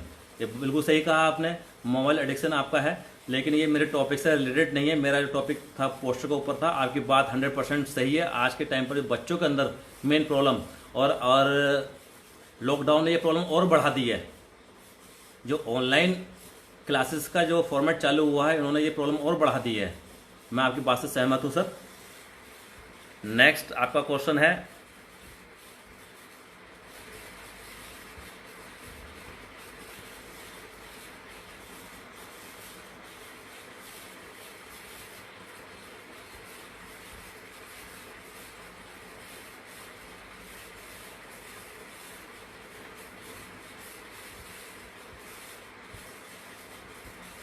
अभी तक, हाँ, Ravi Kumar NM, he asked that I am 40 years old and suffering from the shoulder freeze, may be because of wrong sleeping posture position. I know it's late but please suggest me few tips. अभी मैंने जैसा कि आपने सवाल पूछा कि 40 years old हैं और मेन कारण आपका फ्रंट शोल्डर का जो बात कर रहे हैं, उसके भी कई कारण हैं। एक तो आपका स्लीपिंग पोस्चर ही है, साथ ही साथ अगर आपको डायबिटिक है या यूरिक एसिड की प्रॉब्लम रहती है, उस केस में भी हमारा शोल्डर फ्यूजन होने के चांसेस रहते हैं। तो रवि सर, अगर आपको फ्रंट शोल्डर की प्रॉब्लम है, उस हाथ का आप जितना यूज कर सकते हैं, उसके लिए मैं अलग से एक एक्सरसाइज प्रोग्राम भेज सकता हूं आपको। या तो मुझे अपना व्हाट्सएप ग्रुप दे देना उसमें, या आप मेरा यूट्यूब चैनल है आरोग्य धाम के नाम से, आरोग्य धाम के नाम पर मैं उसको ऊपर अपना कुछ ये वीडियो डाल दूंगा, उसको ऊपर आप देख सकते हैं और फ्रंट शोल्डर के लिए एक्सरसाइज कर सकते हैं। अभी टाइम कम नहीं, जैसा आपने बोला कि टू लेट, कोई देरी नहीं है। यहाँ तक कि जो मेरे पास पेशेंट हैं 60-70 साल के, उनके भी कंधे खुल गए हैं। बस आपका लाइफस्टाइल सही करना है। अगर डायबिटिक है तो डायबिटीज आपको कंट्रोल करनी है, यूरिक एसिड है तो यूरिक एसिड करने हम कंट्रोल करने की कोशिश करेंगे। Thank you sir. Ajay Singh Shekhawat, is there any relation between sleep and sleep direction? Yes sir. Ajay sir, जैसे हम बात करते हैं हिंदू मैथोलॉजी की, अगर मैं बात करूं, फिर मैं इसको साइंस में लेकर बात करूंगा कि हमें भाई जो डायरेक्शन आपका एक आम भाषा में बोल दिया जाता है कि हमें अपने पैर जो मंदिर की ओर करके नहीं सोने चाहिए। वो एक डराने के लिए कि साहब आपको भगवान नाराज हो जाएंगे, कुछ हो जाएंगे, क्योंकि 90% पुराने टाइम पे हमारी जो जनसंख्या थी अनपढ़ गंवार थी। पुराने टाइम की अगर मैं बात करता हूँ तो केवल जो हमारे साइंटिफिक प्रिंसिपल जो हमारे लिए फायदेमंद थे, उन्होंने हमारे रूढ़ी उसमें डाल दिए गए थे कि धर्म में और उसमें।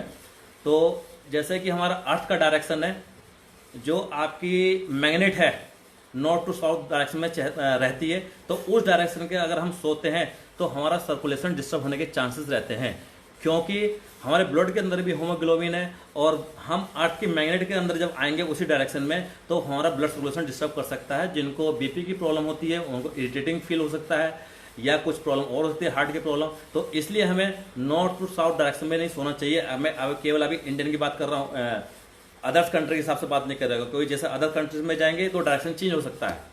तो अभी जैसा हमें नॉर्थ और साउथ के डायरेक्शन को छोड़कर ईस्ट और वेस्ट, ये हमारे लिए फायदेमंद है, इसमें हम कहीं भी सो सकते हैं। Thank you sir. Next question,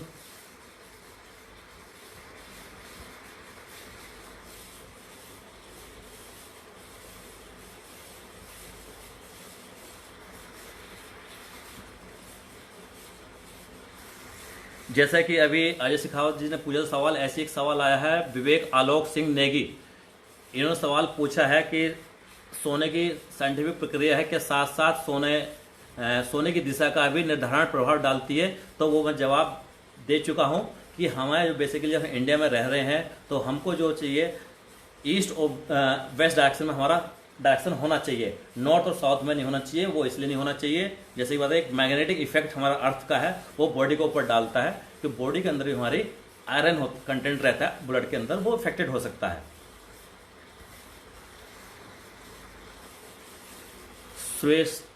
श्वेसना Saini ji, I have cervical but if I sleep with pillow with the pain become more severe. अब मैं सुरेजा जी से बात कर ये कहूँगा कि हम अगर प्रॉपर पिलो नहीं लगाते हैं, जैसे कि मैंने अभी बात करी थी सर्वाइकल प्रॉब्लम आपको है, तो जब लंबे समय तक हम पिलो नहीं लगाते, जैसे कि डॉक्टर काफ़ी टाइम पहले हम मना कर रहे थे कि साहब हम पिलो नहीं लगाना, कि 1 साल 2 साल बीत जाता है तो हमारा पोस्चर भी उस हिसाब से डेवलप्ड हो जाता है। जब हम पिलो लगाते हैं तो हमें अनकंफर्टेबल फील होता है। लेकिन मैं राय दूंगा कि आप जो है पिलो जो लगा रहे हैं, अगर आप मेमोरी फोम का यूज़ करके देखिए एक बार, मेमोरी फोम का पिलो आप यूज़ करेंगे, बहुत सॉफ्ट होता है, वो आपका पोस्चर जैसे कर्व है आपका, वो कर्व को वैसे ही फिल कर देगा, बिल्कुल सॉफ्ट एक तरीके से, कि वो जो स्पेस रहता है उसको फिल कर देता है। आप मेमोरी फोम के अलावा दूसरा पिलो यूज़ करेंगे तो उसमें आपको प्रॉब्लम होगी। जैसे मैं बताता कि या तो पीयू का जो हम फॉर्म यूज़ करते हैं वो गद्दा आपको प्रॉब्लम करेगा कि वो सपोर्ट नहीं देता, या रुई का वो हार्ड हो जाता तब पेन करता है। तो इसलिए मुझे अपनी आप मैं व्हाट्सएप पे केस हिस्ट्री अपना भेजना, थोड़ा सर्वाइकल की जो हिस्ट्री है उसके हिसाब से फिर मैं आपको कुछ एक्सरसाइज और सोनो तरीके की मैं बात करता हूँ। बहरहाल मेरे हिसाब से बिना पिलो के अगर सोते हैं तो ये प्रॉब्लम कभी ख़त्म नहीं होनी। अगर आप साइड स्लीपर हैं तो बिल्कुल नहीं होनी। तो इसलिए अपना पोस्चर देख कर, जैसे मैंने पुराने अभी बात करी थी, डिस्कस किया, उसको देखते हुए आप अपना सोने का पोस्चर सही करने का कष्ट करें। Thank you. नेक्स्ट क्वेश्चन है हमारा संजीव कुमार, लोअर पेन को भी एक्सप्लेन कीजिए। लोअर बैक पेन कई कारण हो सकते हैं। मैं तो केवल अभी जो यहाँ पर टॉपिक लिया था तो केवल आपका सोने के तरीके से कैसे लोअर बैक पेन होता है उसके ऊपर बात करी थी। लोअर बैक पेन होने के कारण क्या, आपकी लोअर मसल्स कमज़ोर हैं, वीक, जो इरेक्टर और फ्लेक्सर मसल्स अगर वीक हैं, या एब्डोमिनल मसल वीक हैं, या आपकी हैमस्ट्रिंग में इम्बैलेंस है, या आपने हैवी वेट उठा लिया, या आप एक्सरसाइज ऐसी कर रहे हैं। बहुत से लोग पेट कम करने के लिए एब्डोमिनल एक्सरसाइज बहुत ज़्यादा कर लेते हैं और लोअर बैक की एक्सरसाइज नहीं करते। उस केस में हमारी प्रॉब्लम लोअर बैक प्रॉब्लम हो सकती है। या लोअर बैक की एक्सरसाइज करते वक्त हम गलत तरीके से कर रहे हैं, ये आपका सब्जेक्ट थोड़ा अलग हो गया।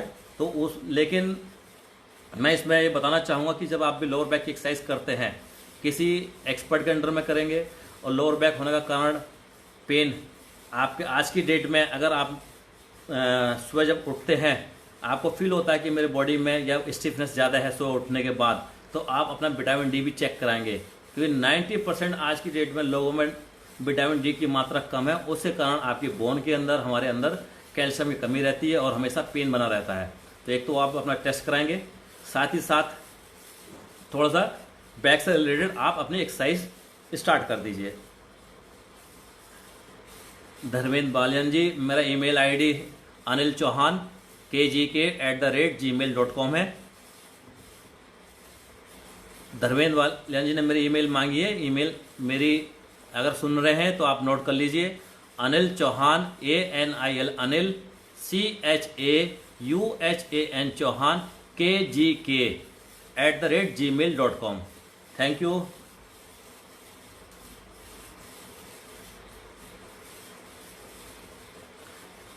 सुनीता गोदरा जी का सवाल है, should we sleep in all position during one night, say flat, left, right, combination whenever we can.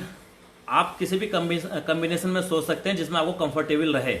मेरा जो बताना था कि किस पोजीशन में क्या प्रॉब्लम है और क्या प्रॉब्लम हो सकती है। जब आपको पता चल गया कि इस पोजीशन में ये प्रॉब्लम रहती है और उसको हम कैसे दूर करते हैं, वो हम दूर कर सकते हैं, तो फिर तो आप किसी भी पोजीशन में सो सकते हैं। और मैं अगर बात करता हूँ जो साइड स्लीपर हैं वो कभी एक साइड में नहीं सोते, वो करवट बदलते रहते हैं, कभी लेफ्ट, कभी राइट, कभी सीधे हो जाएंगे, क्योंकि हमारा मसल्स जब अब दबा हुआ है काफ़ी देर तक, सपोज करो आधा पौन घंटा किसी एक पर्टिकुलर पोजीशन में रहेगा तो मसल के ऊपर प्रेशर पड़ता है। जब प्रेशर पड़ेगा तो उनमें पेन होने लगता है, ऑटोमेटिकली हमारी अपना भी करवट चेंज हो जाती है। तो इसलिए हम ये कह सकते हैं कि हम सभी लगभग साइड या लेफ्ट या बिल्कुल स्ट्रेट सोते हैं, लेकिन स्टोवक में नहीं आ पाते। जिनकी आदत नहीं है पेट के बल सोने की, वो पेट के बल नहीं आते सोते वक्त। Thank you ma'am.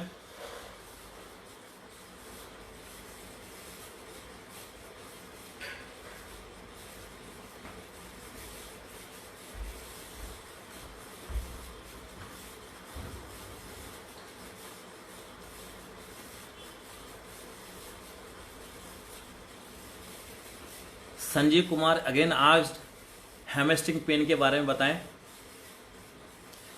इसको मैं आपसे अलग से बात करूंगा, अभी ये टॉपिक से रिलेटेड नहीं है। हैमस्ट्रिंग पेन बेसिकली आपकी जो बैक थाई में पेन होता है उसके भी कई कारण हो सकते हैं, क्योंकि हम नॉर्मली जितनी भी एक्सरसाइज करते हैं, अगर आप ध्यान देंगे हैमस्ट्रिंग की एक्सरसाइज ज़्यादा नहीं करते, जिस कारण हमारी हैमस्ट्रिंग तो वैसे नेचुरली वीक होती मुकाबले क्वाड्रिसेप के, और हम वैसे भी एक्सरसाइज नहीं करते। जब हम स्पीड स्प्रिंट वगैरह लगाते हैं हमने स्पीड के साथ, और हैमस्ट्रिंग का मेन रोल हमारा पैर मोड़ना है।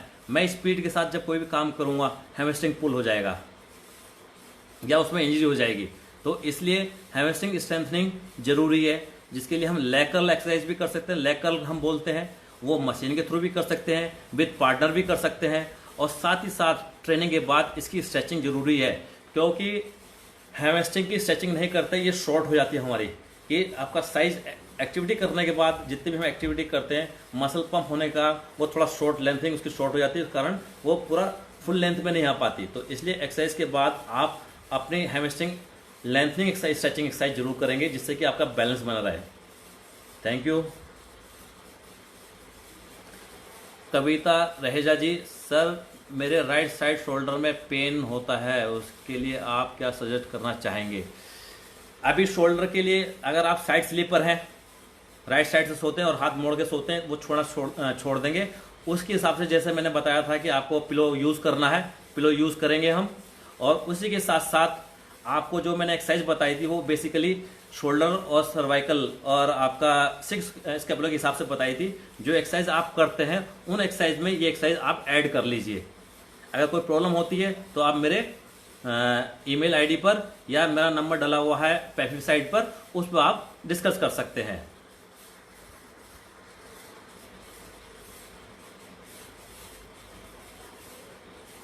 अभी आया अवधेश झा जी।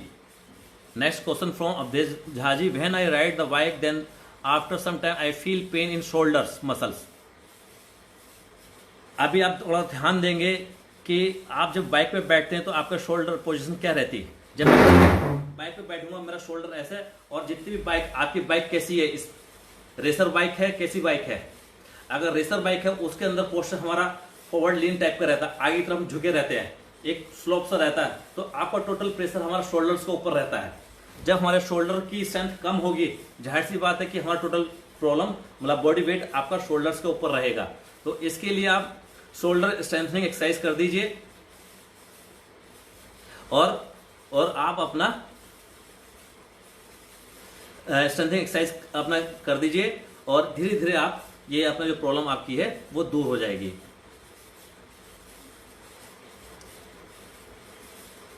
मेरा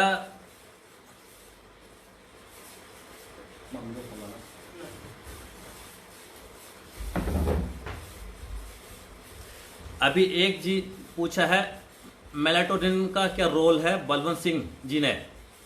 ये हमारा एक पिगमेंटेशन वो है, और इसका इफेक्ट पड़ता लाइट को लेकर जो हम बात करते हैं लाइट का है। बहुत से लोगों को देखा होगा कि आपको लाइट में नींद नहीं आती है, क्योंकि वो आपका मेलाटोनिन आपको इफेक्ट करता है। तो इसका रोल क्या है, ये मेन रोल यही कि आपका जब लाइट रहेगी तो आपको प्रॉब्लम करेगा इसकी वजह से। तो इसलिए आप सोते वक्त अपनी लाइट बंद कर देंगे तो आपका मेलाटोनिन इफेक्ट कम हो जाएगा। तो इसलिए जिनके अंदर ये सिक्रेशन ज्यादा होता है तो उनमें ये प्रॉब्लम आती है।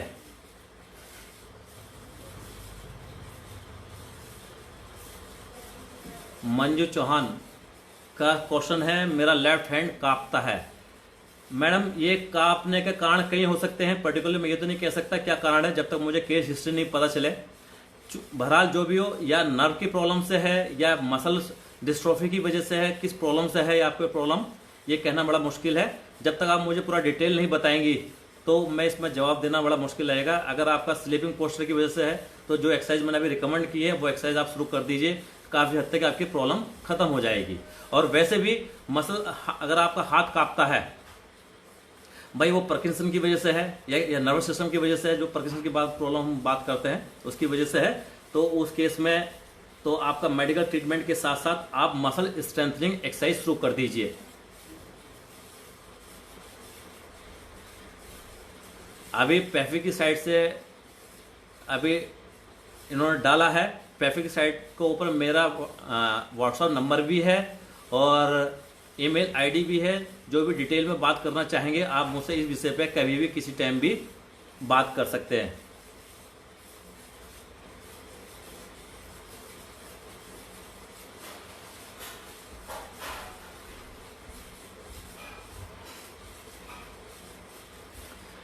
अभी आउट ऑफ सिलेबस सवाल एक बिमल मल्होत्रा जी ने सवाल पूछा है, स्किन सन वन ठीक हो सकता है क्या एक्सरसाइज से, प्लीज बताएं। देखिए बेसिकली स्किन वन जो होता है आपका सूर्य की गर्मी से, जो जिनकी स्किन सेंसिटिव होती है उनको जल्दी, हर एक का टाइम पीरियड अलग है भाई, कोई 5 मिनट के अंदर से स्किन वन होती है, किसी की टैनिंग के बाद जो नॉर्मली इफेक्ट रहता है, किसी को ज़्यादा रहता है, किसी को कम रहता है। जो ब्लैक स्किन वाले होते हैं उनको स्किन वन जल्दी से नहीं होता, लेकिन वाइट स्किन वाले उनको जल्दी से, या जिनकी सेंसिटिव रहती है, उसमें एक्सरसाइज का तो कोई खास रोल नहीं है। बस मेन एक्सरसाइज का जो रोल रहता है वो ब्लड सर्कुलेशन बढ़ता है। जब स्किन आप एक्सरसाइज करेंगे तो स्किन के अंदर भी आपका ब्लड सर्कुलेशन बढ़ेगा, तो उस केस में जिस जगह आपका ब्लड सर्कुलेशन बढ़ता है, ये माना जाता है ब्लड का मेन काम जो है वो न्यूट्रिएंट लेके जाना होता है। तो जिस एरिया न्यूट्रिएंट ज़्यादा जाएगा वो एरिया जल्दी डेवलप्ड होता है और अच्छा रहता है। तो ये बाकी स्किन वन के लिए तो हम आइसिंग रिकमेंड करते हैं, आप उस एरिया पर बर्फ लगाएं, आइसिंग कीजिए डेली, तो उसमें आपको आराम मिलेगा। Thank you.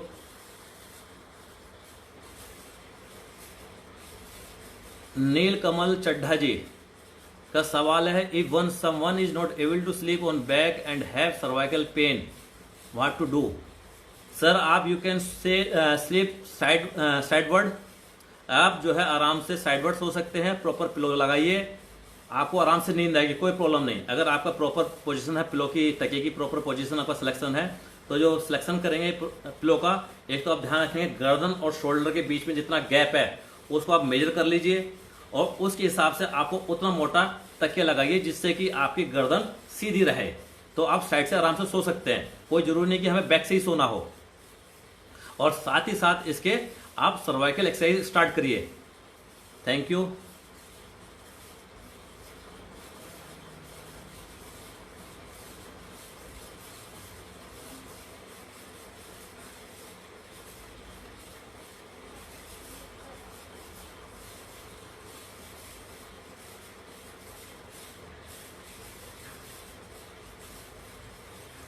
Basant Jende ask the question, sir, always problem in muscles, orthopedic surgeon says take rest, avoid exercise.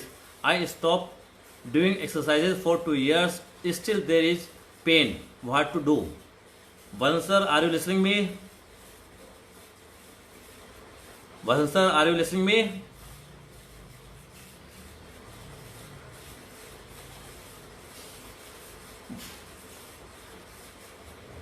Vasan sir, there are many causes for muscle pain. I can't say which one is diagnosed in your case. Orthopedic surgeon says. Vasan sir, can you give me reply? Unless आप मुझे पूरा detail नहीं भेजेंगे, मैं इस विषय पर ज़्यादा राय नहीं दे सकता, क्योंकि जो ऑर्थोपेडिक सर्जन ने मना किया है कि आपको क्या प्रॉब्लम है, मसल्स पेन क्यों है। जॉइंट्स में, बेसिकली जॉइंट्स में है, लोअर बैक में है, शोल्डर में है, किस वजह से, जब तक मुझे डिटेल आप नहीं बताएंगे I can't give you proper answer. So please send your case history on my email ID और WhatsApp, then I will tell you what to do. Next problem, अरे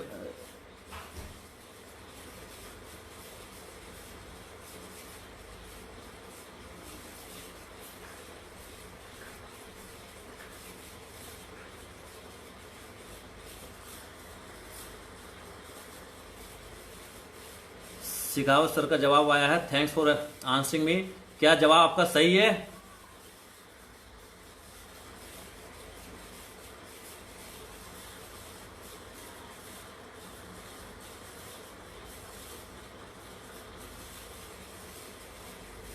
Vasan Jande again right. Is there any treatment for restless leg syndrome? Sir, there is no treatment for that restless leg syndrome. For that, you must do as much stretching as you can. Another thing, add vitamin D in your diet, plus B complex, plus vitamin E. These are the main factors, and also have you checked your electrolytes balance? अगर do you have any case history? Basant sir, do you have any case history? Can you send me that?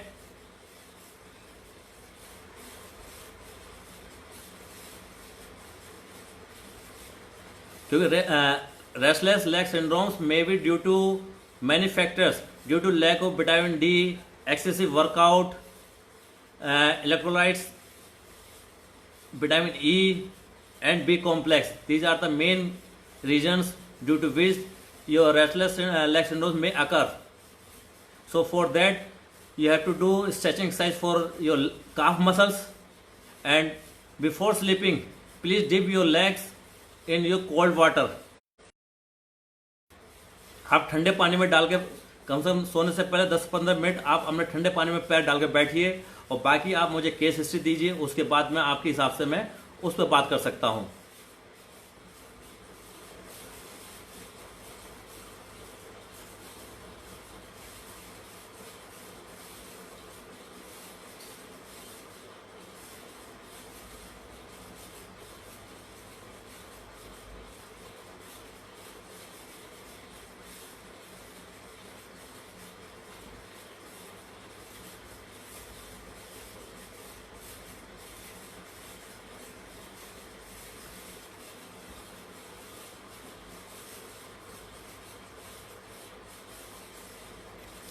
Again विमल मल्होत्रा जी, आज skin sunburn ठीक हो सकता है।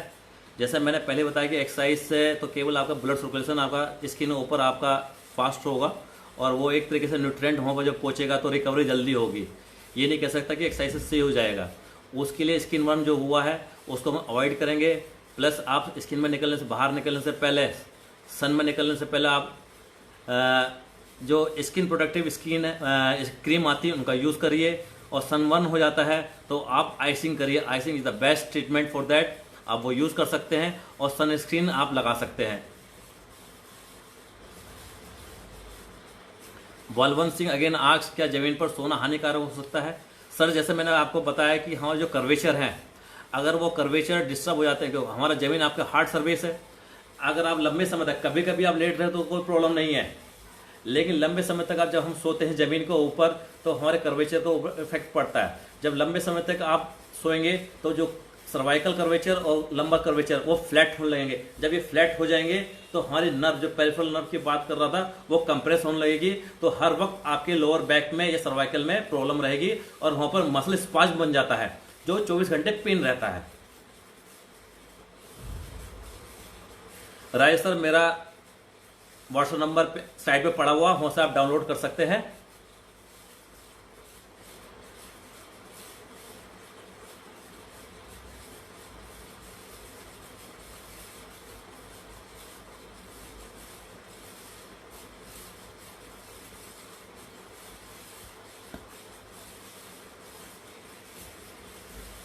अब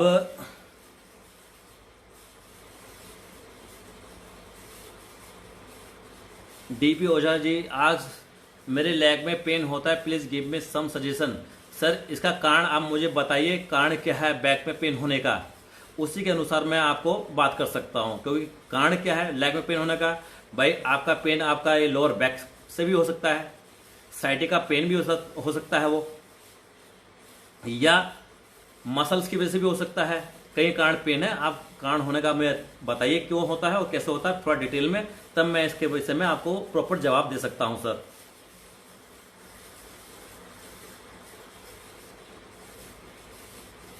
गगन sir ने पूछा है, if rotator cuff muscles are weak so how to recover it. Rotator cuff muscles की जो बात करते हैं, ये हमारी नॉर्मल लाइफ में तो यूज नहीं होती, लेकिन जितने भी ओवरहेड एक्टिविटी है या गेम है उनमें यूज होती हैं। ये हमारा रोटेटर कफ की 5 मसल्स हैं जो हमारे स्कैपुला को स्टेबलाइज करती हैं। तो उनके लिए आप रोटेटर कफ मसल के लिए आप थेराबैंड से एक्सरसाइज करना शुरू कर दीजिए। थेराबैंड को एक जगह फिक्स कर लीजिए। उसमें अगर आप देख सकते हैं, अगर सपोज करो मैं सामने बांध लेता हूँ, शोल्डर लेवल पे लेने के बाद मैं उसको पुल करूंगा अपर डायरेक्शन में, ऐसे ही साइड में बांध के अपना साइड में पीछे से लेके पुल डाउन करूंगा, फ्रंट से अलग डायरेक्शन में आप रोटेटर कफ की एक्सरसाइज करना शुरू कर दीजिए। उसके लिए काफ़ी आपको हेल्प मिलेगी। और साथ में जो मैंने लेट के बेटे ने दिखाई थी एक्सरसाइज आपको, वो बेसिकली रोटेटर कफ के लिए ही है, तो वो आप अपने एक्सरसाइज में ऐड कर लीजिए और धीरे धीरे दिन में 1-2 बार उन पर आप आइसिंग स्टार्ट करिए और धीरे रिकवर होना चालू हो जाएगी। अगर कोई प्रॉब्लम होती है तो then again you can ask me on my WhatsApp number और ईमेल।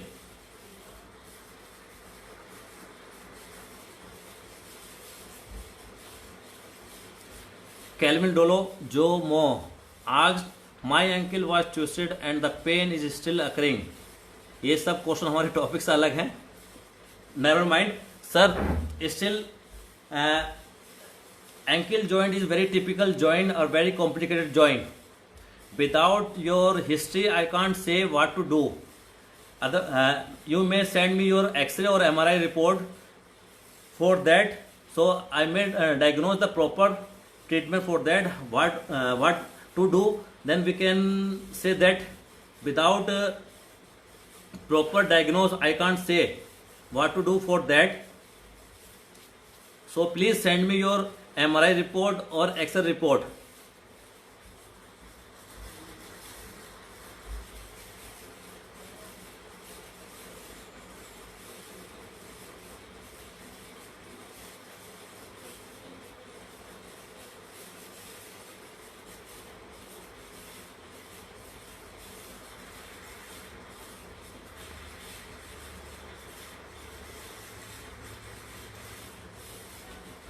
अन्नू जोशी का सवाल है, sir some people sleep for 3 to 4 or 5 hours like me and Modi, PM Narendra Modi ji, and if we sleep more than hour get tired and don't feel sleepy whole day. It is normal. Why so as sleeping hours suggested by you 7 to 8 hours. अन्नो madam, मैं जो बात कर रहा था एक normal की बात कर रहा था, एक्सेप्शन के केस की बात नहीं कर रहा था। मैंने आपसे पहले ही बात करी थी इसमें कि जवाब जो कर रहा था कि जो रिसर्च बेस्ड मैंने बात करी थी, जो नॉर्मल हमारे लिए माना जाता कि there should be 6 to 8 hours नींद हमारी होनी चाहिए मिनिमम। आपका जो माना गया है मोर देन 8 इज नॉट, अच्छी नहीं मानी जाती है, और बिलो देन 6 आवर्स वो भी हमारा अच्छा नहीं माना। जो अच्छा ऑप्टिमम रिजल्ट हमारा बॉडी का जो रहता है वो आपका 6 से 8 घंटे के बीच में हमारा जो रिसर्च ने बोला है। कुछ पर्सन, जैसे कि मैं योगिक पर्सन की बात कर रहा था, जो योगिक प्रैक्टिस करते हैं उनकी नींद बहुत कम रहती है, उनकी 3-4 घंटे जैसा आप बात कर रहे हैं, या बहुत से लोगों को इनसोमनिया की प्रॉब्लम रहती है। उस केस में अब जैसे मैं बात कर रहे हैं, आपने अपनी और प्राइम मोदी की जो बात करी है, वो रेगुलर मेडिटेशन और योग निद्रा करते हैं साथ में। जो योग निद्रा करते हैं उनकी रिकवरी हमारी फास्ट रहती है, और जो मेडिटेशन करते हैं उनकी रिकवरी फास्ट रहती है। अगर आपको कोई प्रॉब्लम नहीं हो रही है, ऑलवेज देयर आर एक्सेप्शनल्स। मैं एक्सेप्शंस की बात नहीं कर रहा, मैं एक जनरलाइज बात कर रहा हूँ कि जो नॉर्मल होनी चाहिए वो हमारी नींद की जो आवर्स हैं ये हैं। अगर आप 3 घंटे सो रहे हैं, अगर आप स्वस्थ हैं, आपको कोई प्रॉब्लम नहीं हो रही, that is well and good, आप करिए, कोई प्रॉब्लम नहीं है।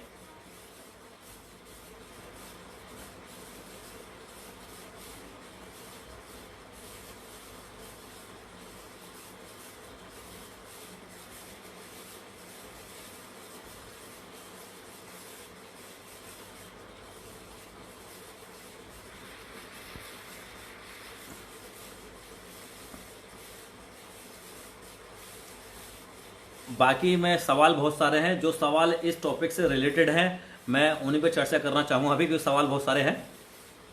और जो बाकी हैं इस टॉपिक से रिलेटेड, प्लीज़ वो मुझे व्हाट्सअप कर दीजिए, मैं व्हाट्सअप पे उनको जवाब दे दूंगा, जवाब 100% दूंगा। तो एक रोली गीतिका मित्तल जी का जवाब है, सवाल है, मैट्रेस कौन सा यूज़ करना चाहिए फॉर बैक पेन। जैसे कि मैंने आपसे बात कही थी कि आपका बॉडी वेट कितना है, आपका स्लीपिंग पोस्चर कैसा है। अगर आप साइड स्लीपिंग पोस्चर हैं तो, और आपका बॉडी वेट कितना है, अगर आपका बॉडी वेट 60 किलो से कम है तो लाइट डेंसिटी वाला लेंगे हम। अगर 60 से ऊपर है और 80 के बीच में है तो उसके हिसाब से हम मीडियम वाला लेंगे। अगर उससे ऊपर है तो वो हम लेंगे।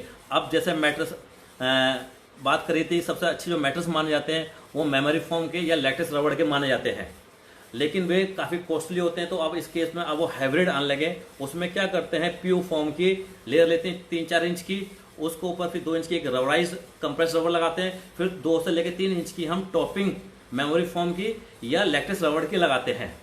वो आपके लिए हमारे लिए बेनिफिशियल हैं। जब भी आप मैट्रेस खरीदना जाएंगे दुकान पर, कम से अपने घर से अपना पिलो लेके जाइए, अपना तकिया जरूर लेके जाएंगे। उसके बाद कम से कम 10 मिनट आप उसके ऊपर लेट के देखिए, तो लेटने के 10 मिनट के बाद आपको एक प्रेशर फील होता है। वो प्रेशर या तो आपकी बॉडी मैट के ऊपर लगाएगी या मैट आपके ऊपर लगाएगा। अगर मैट आपके ऊपर प्रेशर लगाता है और कंफर्टेबल पोजीशन रहती है, then that mat will be okay for you. तो उस हिसाब से हम ध्यान देंगे।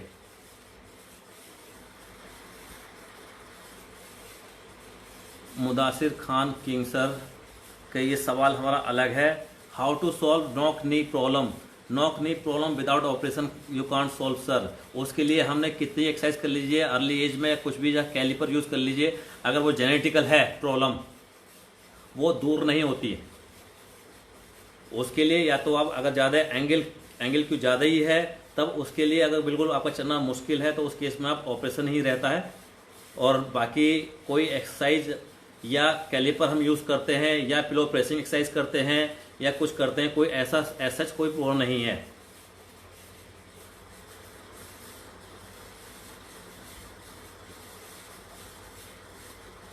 रवि सर, नी प्रॉब्लम के बारे में आप मुझे अपना डिटेल भेजेंगे। नी प्रॉब्लम क्या है? ड्यू टू आपका लिगामेंट्स है, टेंडन्स की है या जॉइंट्स की है या इंजरी है, उसकी वजह से क्या प्रॉब्लम है, तब मैं आपसे बात कर सकता हूं कि नी प्रॉब्लम के कारण भी कई सारे हैं।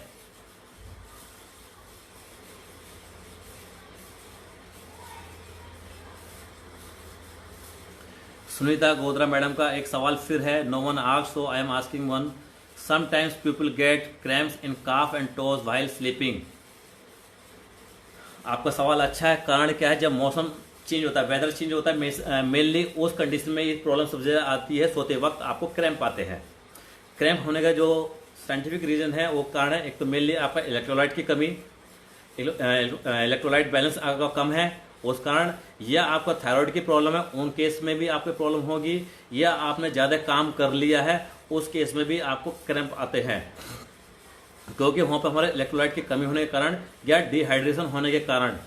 साथ ही साथ आपकी बॉडी मसल्स स्टिफ हैं, आपकी मसल टोनिंग बहुत ज़्यादा है, मसल स्टिफ हैं, उस केस में भी आपके क्रैम्प और टोस में क्रैम्प आते हैं रात को सोते वक्त। या फिर मेनली जो बात कर रहा था, इन्वायरमेंट जब चेंज होता है, जब हम हॉट टू वेदर में हॉट टू कोल्ड में जाते हैं, कोल्ड टू हॉट वेदर में जाते हैं, तब ये क्रैम्प सबसे ज़्यादा आते हैं सोते वक्त। तो इनका इलाज यही है कि आप अपने बॉडी का इलेक्ट्रोलाइट बैलेंस संभालेंगे। अगर आपको थायराइड है तो थायराइड का ट्रीटमेंट करेंगे, साथ में आप अपना रहेंगे। साथ ही साथ कैल्शियम आपने देखेंगे, तो कैल्शियम आयन कम होने के कारण भी हमारे बॉडी के अंदर क्रैम्प आता है, क्योंकि कैल्शियम की वजह से ही हमारी मसल कॉन्ट्रैक्ट करती हैं, लेकिन कम होने के कारण वो रिलैक्स नहीं कर पाते।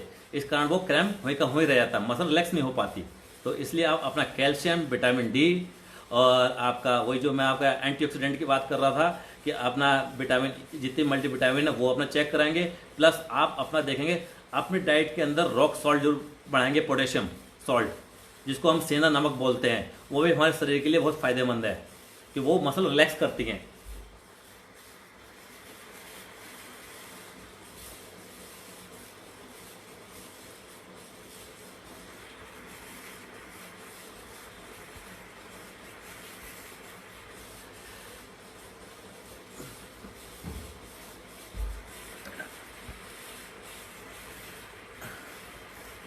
अभी नेक्स्ट क्वेश्चन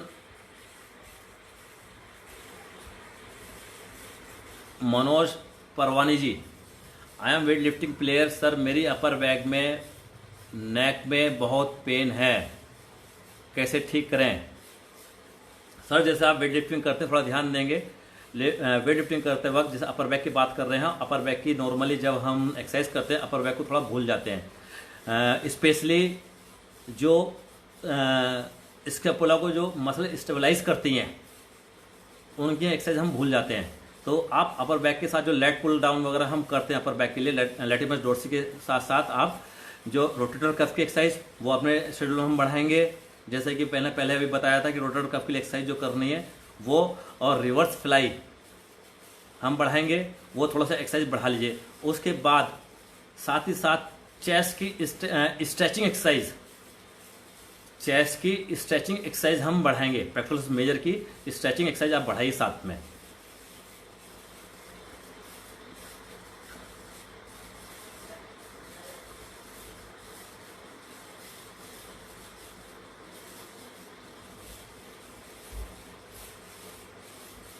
बलजीत कौर जी ने एक सवाल पूछा, बहुत अच्छा सवाल पूछा है। जय के मैं पढ़ रहा हूँ, जैसे गर्ल्स में ज़्यादा ये प्रॉब्लम होती है कि उनके शोल्डर अपर उठे रहते हैं, तो ऐसे कैसे ठीक कर सकते हैं? मैम जैसे अगर मैं स्ट्रक्चर की बात करूँ, मेल और फीमेल स्ट्रक्चर की बात करें तो थोड़ा दोनों डिफरेंस अपना होता है। मेल का बोनी स्ट्रक्चर शोल्डर उनके ब्रॉड होते हैं, फीमेल के नैरो होते हैं और उनकी स्ट्रेंथ भी कम रहती है। जो इंडियन गर्ल्स हैं खासकर वो राउंड शोल्डर ज़्यादा रहते हैं उनके, और उनको अपर बैक में प्रॉब्लम ज़्यादा होती है आफ्टर डिलीवरी या शुरू में भी काफ़ी प्रॉब्लम होने लगती है। मेन कारण क्या रहता है, एक तो हमारा जैसे इंडियन कल्चर है उसके अंदर फीमेल थोड़ी दबी हुई रहती है। जब वो बड़ी होने लगती है, प्योबर्टी की तरफ बढ़ती है, तो उसके बाद क्या है, जैसे आपका ब्रेस्ट डेवलपमेंट चालू होने लगता है फीमेल के अंदर, वो थोड़ा सा शर्माने लगती है और झुक के अपना चलती है, तो जिस कारण हमारे शोल्डर का जो है शेप राउंड होने लगता है, वो हमारे कर्व ऐसा होने लगते हैं और ये शोल्डर हमारे उठने लगते हैं और आपका हल्का सा झुकाव बढ़ने लगता है, जिस कारण हमारा अपर बैक में यहाँ पेन रहता है। तो इसलिए इसको अवॉइड करने के सबसे बड़े यही है कि आप अपना शोल्डर अपना ब्रॉड शोल्डर रखेंगे और अपर बैक की एक्सरसाइज शुरू कर दीजिए, जिस कारण आपका शोल्डर स्ट्रेट रहे।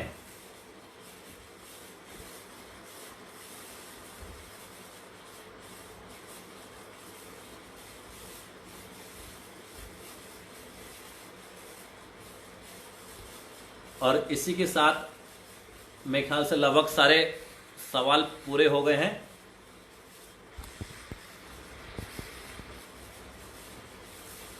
इसी के साथ मैं अपना लेक्चर यहीं ख़त्म करता हूं और सवाल आंसर का जो जवाब है वो कंटिन्यू रहेगा। जिनको कोई भी प्रॉब्लम होती है, आप पैफी प्लेटफॉर्म पर जाकर, पेज पर जाकर आप मेरा ईमेल आईडी जो कि anilchauhankg@gmail.com है और उसी पर मेरा मोबाइल नंबर है, व्हाट्सएप नंबर है 9456222155। उसको आप कोई भी सवाल हो आप वहाँ पर मुझे कंसल्ट कर सकते हैं। इसी के साथ जय हिंद, जय भारत।